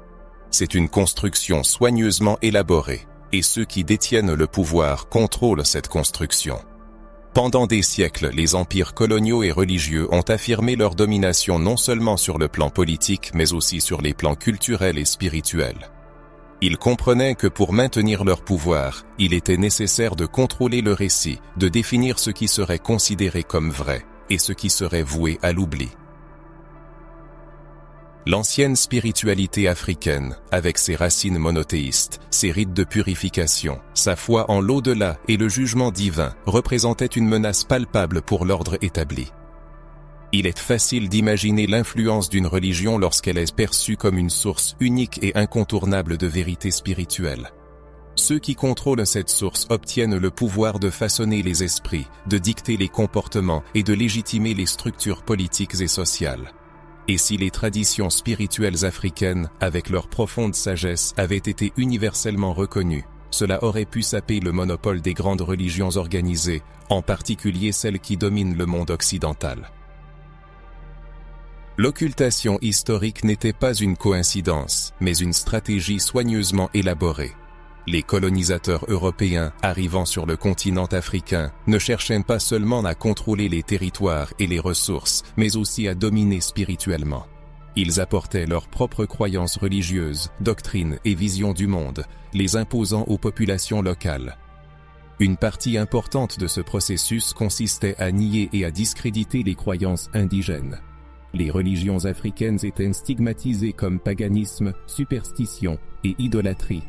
Des systèmes de croyances séculaires étaient déclarés inférieurs, voire démoniaques. Un tel rejet donnait aux colonisateurs une justification non seulement pour la domination politique, mais aussi pour la destruction culturelle et spirituelle des peuples. L'Église institutionnelle inclue dans ce processus. Pendant des siècles, les institutions religieuses ont créé des mécanismes pour maintenir leur pouvoir sur les gens. Pour cela, il était nécessaire d'éliminer toute concurrence spirituelle. Les sources écrites, les textes sacrés et les anciens temples et les pratiques africaines ont été systématiquement détruits, ignorés. Les documents, les artefacts, les rituels et même les traditions orales ont été voués à l'oubli ou discrédités. Ce processus a conduit à la disparition presque complète des traditions spirituelles africaines de la scène historique officielle. Ce qui est encore plus tragique, c'est que cette occultation n'était pas seulement dirigée contre les rites religieux, mais aussi contre l'auto-identification des peuples. La spiritualité qui favorisera à rompre le lien avec le divin, avec les racines et les empreintes. Cela a créé un vide spirituel que seules les religions dominantes pouvaient combler, renforçant leur hégémonie et soutenant un système de pouvoir profitable à quelques-uns et oppressif pour beaucoup. Pourquoi cela représentait-il une menace pour l'élite dirigeante? Parce que la véritable spiritualité libère, autonomise, favorise la conscience et l'indépendance. Lorsqu'un peuple connaît et valorise son histoire spirituelle, son lien avec le divin et son identité ancestrale, il n'est pas si facile de le soumettre à des systèmes externes, cherchant à contrôler l'esprit, les croyances et les actions. Cette connaissance devient une arme puissante contre les manipulations et l'oppression. Par conséquent, l'occultation de ces traditions était vitale pour la préservation de l'ordre existant. L'histoire offre de nombreux exemples d'une telle occultation.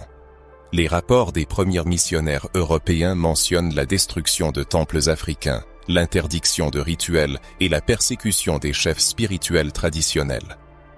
Les livres sacrés locaux étaient brûlés, les langues et symboles indigènes étaient interdits, et les nouvelles générations étaient élevées dans un esprit de rejet de tout ce qui existait avant le contact avec la foi officielle. Ce fut une stratégie d'effacement culturel et spirituel qui causa d'énormes dommages, dont les conséquences se font encore sentir aujourd'hui. Malgré toutes les tentatives, la vérité ne peut être oubliée pour toujours. Les anciennes traditions africaines ont opposé une résistance tenace. Elles ont survécu, se cachant dans des recoins, se manifestant secrètement lors de célébrations et se transmettant de génération en génération par des traditions orales. À l'ère de l'éveil spirituel mondial et de la quête d'une compréhension profonde de la vérité, ces racines commencent à être mises en lumière, comprises et valorisées comme jamais auparavant. Il s'agit véritablement d'une renaissance de la foi originelle, qui s'adressait directement au cœur humain, contournant les barrières et les dogmes stricts. Pour ceux qui cherchent à comprendre les origines du divin et les mystères cachés dans la Bible, cette reconnaissance est fondamentale. La prise de conscience que le monothéisme et de nombreux concepts spirituels fondamentaux ne sont pas nés en un seul endroit, mais se sont manifestés dans diverses cultures à travers le monde, contribue à élargir notre compréhension de Dieu, de la foi et de la destinée humaine. Se reconnecter au passé ancien renforce la spiritualité dans le présent et ouvre la voie à un avenir plus sincère et inclusif. Même face aux omissions historiques, il existe une preuve frappante que l'ancienne foi africaine n'a jamais été complètement éradiquée. Cette spiritualité ancienne, malgré les persécutions, la destruction des temples et les tentatives de l'effacer de la mémoire collective, reste vivante et palpitante, transmise presque imperceptiblement mais puissamment à travers les traditions orales, les symboles et les rituels qui ont perduré parmi divers peuples africains jusqu'à aujourd'hui.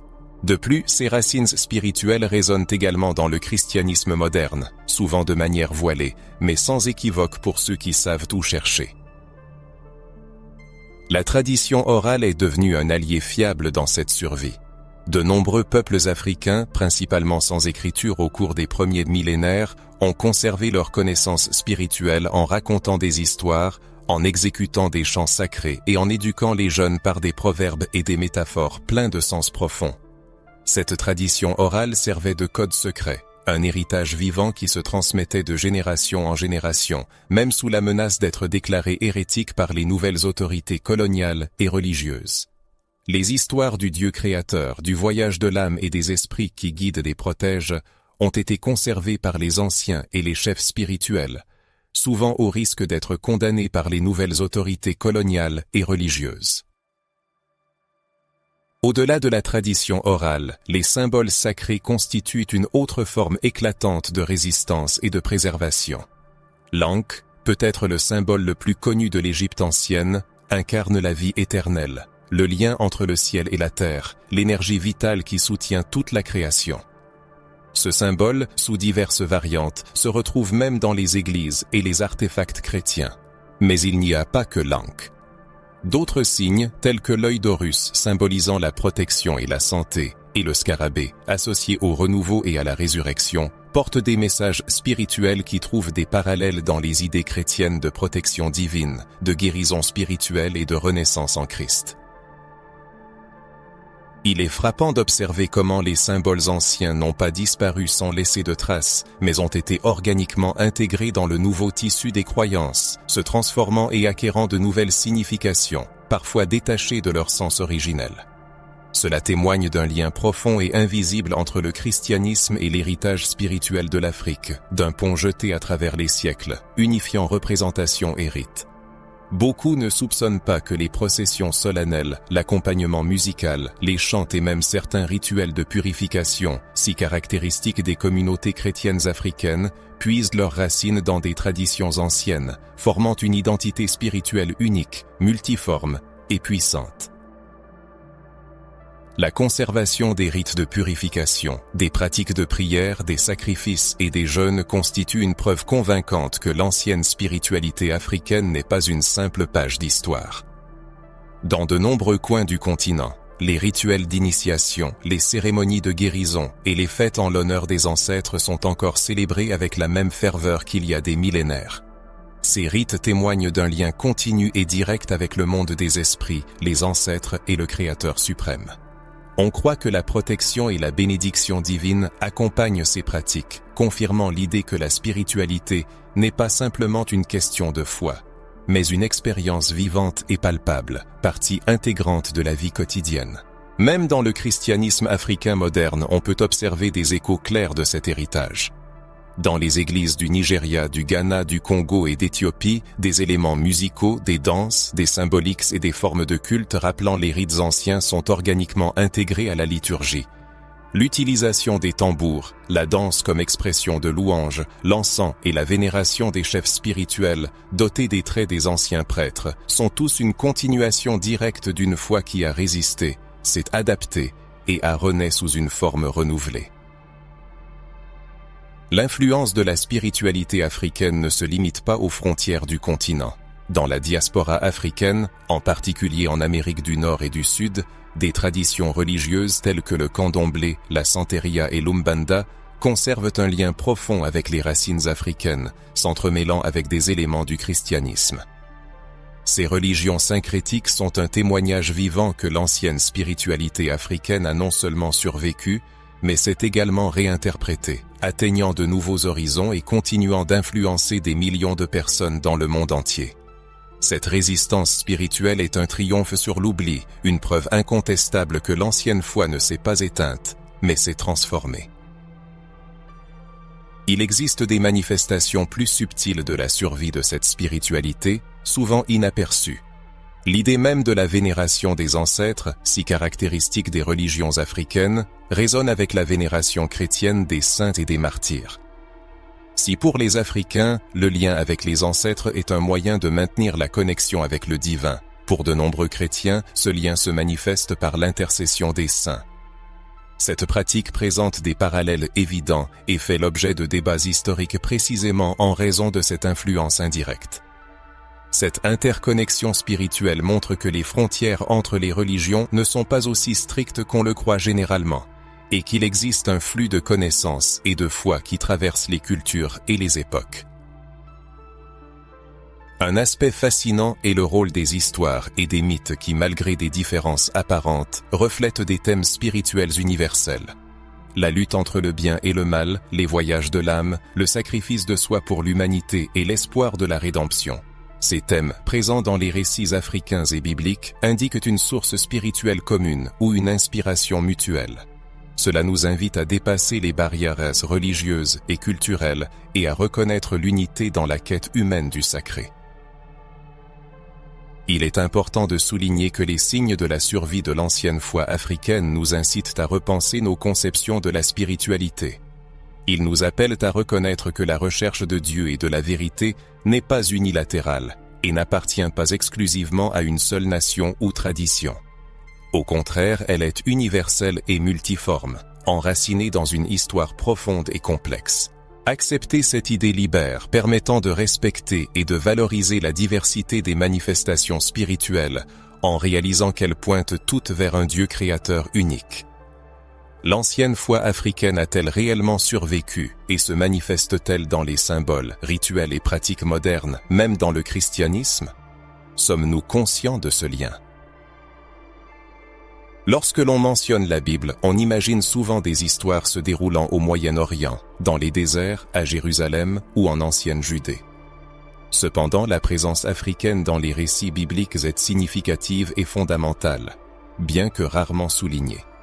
Des figures telles que Couche, l'Éthiopie, les pharaons, la reine de Saba et Simon de Cyrène s'entrelacent avec les pages sacrées, démontrant un lien indissoluble de l'Afrique avec l'histoire spirituelle racontée dans la Bible.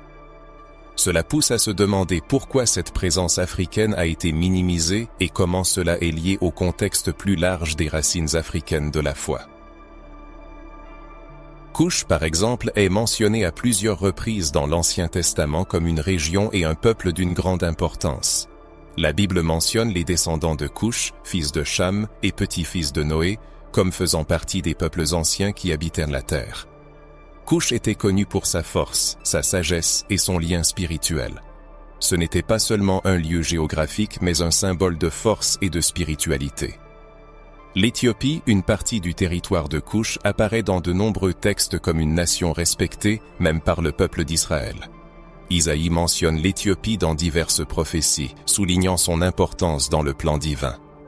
L'Éthiopie, avec son histoire chrétienne ancienne, conserve des traditions remontant au temps biblique, ce qui souligne la continuité spirituelle du continent. La reine de Saba est un autre personnage intéressant. Elle a traversé les déserts et les montagnes pour rencontrer le roi Salomon, connu pour sa sagesse et sa puissance. Sa visite n'était pas seulement une mission diplomatique, mais un moment d'échange spirituel profond. La Bible raconte son admiration pour la sagesse et la richesse spirituelle de Salomon, ainsi que les cadeaux qu'elle a apportés, symbolisant la reconnaissance et l'alliance. Cette reine représente le lien entre l'Afrique et Israël, entre deux mondes spirituels qui ont ensemble façonné l'histoire ancienne.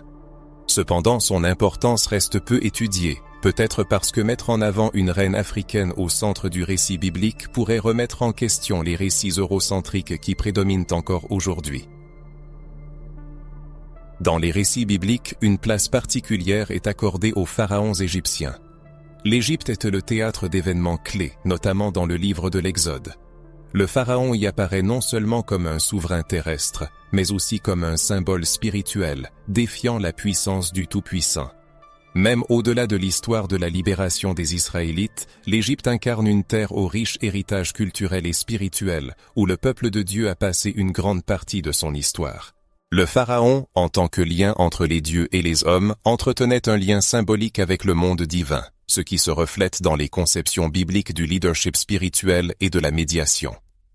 Cette interconnexion entre les pharaons et la Bible souligne que l'Afrique, et en particulier l'Égypte, joue un rôle non pas secondaire mais central dans l'histoire spirituelle de l'humanité. Une autre figure, peut-être moins connue mais non moins significative, est Simon de Cyrène. Il apparaît dans le Nouveau Testament, aidant à porter la croix de Jésus au Golgotha. Simon est originaire de Cyrène, une ville située sur le territoire de l'actuelle Libye, en Afrique du Nord. Sa participation à ce moment décisif de la crucifixion a un sens profond. L'Afrique n'était pas seulement présente, mais a activement participé aux événements clés du christianisme. Simon de Cyrène symbolise le lien spirituel et pratique de l'Afrique avec la foi chrétienne dès ses origines. Ce que cette présence africaine dans la souffrance et la rédemption mérite d'être reconnue et profondément respectée. Ce qui unit toutes ces images et ces lieux, c'est qu'ils constituent une preuve tangible que la Bible n'est pas une histoire exclusivement juive ou orientale. C'est un récit qui implique, embrasse et s'entrelace avec le continent africain à différents niveaux, géographiques, historiques et spirituels. Cependant, cet aspect est souvent laissé dans l'ombre, probablement en raison de préjugés culturels et religieux qui préfèrent voir la foi liée à des régions et des peuples spécifiques, minimisant la diversité et la richesse de la présence africaine. Reconnaître l'importance de l'Afrique dans la Bible devient une étape cruciale vers la compréhension de l'universalité de la foi et du message divin. Cela élargit notre vision spirituelle et nous aide à réaliser que le plan de Dieu a toujours été global, inclusif et interculturel. Cela nous pousse à repenser les idées établies et à apprécier la diversité des manifestations de la foi à travers l'histoire. Avez-vous déjà réfléchi à l'influence de l'Afrique sur la Bible? Comment ce lien entre l'Afrique et les personnages bibliques change votre perception de l'histoire spirituelle? Nous sommes à un tournant dans ce voyage cognitif. Après avoir révélé les racines profondes de la spiritualité africaine, l'influence de l'Égypte ancienne, l'occultation historique et les liens bibliques qui sont pratiquement passés sous silence, une question se pose, exigeant une réflexion sincère et profonde. Qu'est-ce que tout cela signifie pour nous aujourd'hui? Comment cette vérité sur les origines de la foi, restée cachée pendant des millénaires, peut-elle changer notre compréhension de Dieu, de la spiritualité et de notre propre vie? Ne limitons-nous pas Dieu, faut dire d'une seule culture, d'un seul peuple, d'une seule manière d'exprimer la foi. Combien de fois entendons-nous dire que la vie de spiritualité n'est pas un livre, une religion ou une passion? La réalité est bien plus vaste. Et si Dieu s'était toujours adressé à tous les hommes partout, utilisant différentes cultures, langues et traditions, adaptant son message aux capacités et au contexte de chaque peuple? La prise de conscience de l'universalité de la foi peut provoquer un malaise intérieur, car elle remet en question des convictions établies que nous considérions comme des vérités inébranlables. Cependant, cela ouvre également de nouveaux horizons pour une compréhension plus large et plus inclusive du divin. Reconnaître que la foi n'est pas la prérogative exclusive d'un groupe particulier, mais représente un patrimoine commun à l'humanité, permet de réaliser que le dessein de Dieu s'étend à tout ce qui existe. Cela incite à reconsidérer l'essence même de la religion et de la spiritualité. Leur but est-il de diviser et d'opposer, ou plutôt d'unir et de rassembler? Si le divin se manifeste à travers diverses traditions, s'il s'est adressé au peuple d'Afrique, d'Égypte, d'Israël et continue de nous parler aujourd'hui, cela ne témoigne-t-il pas d'un message qui dépasse les frontières humaines et culturelles? De telles réflexions nous amènent à réévaluer le rôle des religions organisées, souvent assombries par des conflits et des contradictions. L'essence véritable de la foi n'a-t-elle pas été perdue au milieu des interprétations humaines et des ambitions de pouvoir? En se tournant vers les traditions spirituelles africaines, on peut observer un lien direct et vivant entre l'homme et le divin, sans la nécessité d'intermédiaires complexes ou de dogmes stricts. C'est une spiritualité qui vient du cœur, une expérience personnelle de révérence envers la nature et les ancêtres qui, bien que sous d'autres formes, se retrouve également dans la Bible. Une telle diversité n'amoindrit pas la vérité, mais l'enrichit au contraire. De plus, reconnaître le fait que Dieu s'est adressé et continue de s'adresser à tous les peuples nous invite à renoncer à l'ethnocentrisme spirituel, la conviction qu'une seule religion ou culture détient la vérité exclusive. Une vision aussi limitée engendre des divisions, des préjugés et de l'intolérance. En revanche, la conscience d'une révélation universelle favorise le respect des diverses manifestations de la foi, nous rapproche de cet amour véritable que Dieu a commandé et nous permet d'apprécier la diversité comme une partie intégrante du dessein divin.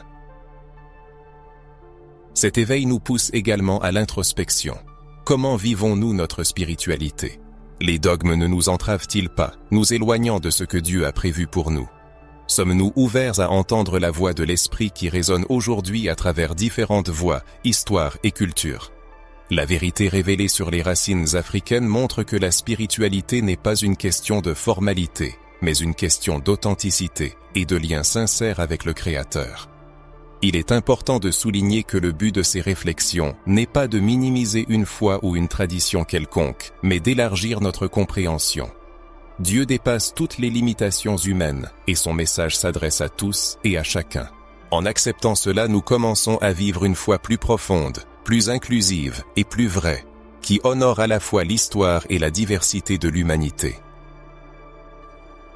Pensez à votre propre foi. Avez-vous déjà pensé que Dieu puisse s'adresser à des peuples différents du vôtre? Comment cela change-t-il votre perception de la spiritualité et de votre propre chemin? Il faut se souvenir que ce chemin est destiné à élargir nos horizons, à nous faire grandir spirituellement et à nous connecter à cette vérité la plus profonde que Dieu souhaite révéler à chacun de nous. Nous avons encore beaucoup à apprendre sur ces racines sacrées et sur leur signification pour notre présent et notre avenir spirituel. En nous penchant sur les annales du christianisme primitif, un fait souvent passé sous silence se révèle: l'impact puissant de la spiritualité africaine sur sa formation. Cette influence n'est pas un simple hasard ou un détail insignifiant, mais un composant essentiel qui a contribué à façonner les rites, symboles et concepts qui perdurent dans le christianisme jusqu'à nos jours. Nombre des premiers disciples de Jésus ont vécu, prêché ou interagi directement avec les cultures africaines, en particulier en Afrique du Nord. Et cette interpénétration culturelle et spirituelle a laissé une empreinte indélébile sur le développement de la foi chrétienne. Il est connu que des villes comme Alexandrie en Égypte furent des centres clés de la pensée théologique et spirituelle durant les premiers siècles de l'ère chrétienne. Alexandrie fut le berceau de figures chrétiennes éminentes, telles que Clément et Origène, qui non seulement élaborèrent d'importantes doctrines, mais s'appuyèrent également sur des traditions philosophiques et spirituelles reflétant le syncrétisme de l'époque, incluant des éléments de la spiritualité africaine. L'influence de ces traditions se perçoit dans la manière dont le christianisme primitif traitait les thèmes de la purification de l'âme, de la lutte entre la lumière et les ténèbres, de l'importance de l'ascétisme et des sacrements, qui étaient présents depuis des millénaires dans les religions africaines anciennes. De plus, l'idée même du monothéisme et de la sainteté, qui sont au cœur du christianisme, résonne largement avec ce qui était cultivé dans les systèmes spirituels africains autochtones. La conception d'un Dieu créateur tout-puissant et présent dans toute la création existait déjà et était vécue par les peuples africains bien avant la rédaction des textes bibliques. Cette vision n'a pas été simplement empruntée, mais est entrée en dialogue et s'est intégrée à l'expérience religieuse des premiers chrétiens, créant un fondement qui valorisait à la fois la transcendance et l'immanence du divin, ce qui est également central dans les traditions africaines, par exemple dans le culte des esprits ancestraux et la vénération de la nature. Les rituels de purification devenus partie intégrante des liturgies chrétiennes, notamment dans les rites de baptême, présentent des parallèles évidents avec les anciens rituels africains. L'eau comme symbole de purification spirituelle, de renouvellement de l'alliance avec Dieu, de renoncement au péché et à l'ancienne vie. Ce sont des concepts qui résonnent directement avec les pratiques anciennes. Et il ne s'agissait pas seulement d'une adaptation culturelle, mais d'une continuité spirituelle qui a renforcé le message évangélique dans un contexte multiculturel. Cette synthèse a permis aux premiers chrétiens de transmettre efficacement leurs idées aux populations africaines, en utilisant des symboles et des rites qui leur étaient déjà familiers. L'utilisation des symboles est également un témoignage éclatant de cette influence. Les symboles chrétiens, tels que la croix, qui a acquis sa pleine signification avec la crucifixion de Jésus, présentent des variations qui renvoient à d'anciens symboles africains de vie et de protection, comme l'ankh égyptien. Bien que le christianisme ait imprégné ces symboles d'un nouveau contenu, leur origine et leur force symbolique résonnent avec les traditions africaines, montrant que les premiers chrétiens n'étaient pas isolés, mais intégrés dans un riche réseau spirituel qui traversait les frontières géographiques et culturelles. Un autre aspect important est la présence de figures historiques africaines qui étaient aux origines du christianisme. Saint Augustin, l'un des théologiens les plus influents de l'Église, est né en Afrique du Nord, sur le territoire de l'actuelle Algérie. Ses écrits ont façonné la théologie occidentale et il était lui-même profondément conscient des racines spirituelles de sa terre. Le christianisme primitif sur le continent africain n'a pas seulement reçu, mais a aussi créé, forgeant un héritage intellectuel et spirituel qui a influencé l'ensemble du monde chrétien. Cependant, cet héritage africain est resté méconnu pendant des siècles, éclipsé par des récits qui concentraient l'histoire du christianisme exclusivement sur l'Europe. Dans les communautés chrétiennes africaines, des traditions ont été précieusement conservées, témoignant d'une profonde continuité spirituelle qui va au-delà de la simple adhésion à des dirigeants. Le culte des saints, la vénération des martyrs, les pratiques musicales et de danse, ainsi que des manières spécifiques de célébrer les fêtes, portaient en elles des échos d'anciennes coutumes. Le christianisme africain apparaît comme une expression dynamique de la foi, combinant harmonieusement le sacré et le profane, l'ancien et le divin, démontrant que la spiritualité, ce n'est pas un dogme figé, mais un processus vivant et évolutif. Il est important de noter que l'interaction entre le christianisme et la spiritualité africaine ne s'est pas limitée au continent africain, mais s'est étendue à la diaspora. En Amérique du Nord et du Sud, des religions syncrétiques telles que le candomblé, l'umbanda et la santeria ont émergé, dans lesquelles les anciennes croyances africaines se sont entremêlées avec les dogmes chrétiens. Ces religions témoignent que l'héritage spirituel de l'Afrique n'a pas été perdu, mais s'est transformé et a perduré, malgré toutes les difficultés. Cette survie spirituelle est une preuve éclatante de la force et de la résilience de la foi africaine qui a eu une profonde influence sur les pratiques chrétiennes dans le monde entier. Malheureusement, cette partie importante de l'histoire reste souvent dans l'ombre. Beaucoup de gens ignorent que le christianisme primitif s'est formé dans un processus d'échange culturel et spirituel avec l'Afrique, et que cette influence est une partie intégrante et légitime de l'héritage chrétien. La prise de conscience de ce fait permet d'élargir les frontières de la compréhension de la foi, de reconnaître la richesse de la spiritualité humaine et d'apprécier la diversité existante au sein de la foi chrétienne unique. Cela pousse à se demander comment cette vérité sur l'influence africaine sur le christianisme primitif résonne dans le cœur des gens. Beaucoup connaissaient-ils ce lien profond et multiforme ? J'exprime ma gratitude pour cette opportunité de faire ce voyage fascinant au cœur de l'histoire, afin de découvrir les racines de la foi et d'apprendre la vérité qui est restée si longtemps tue.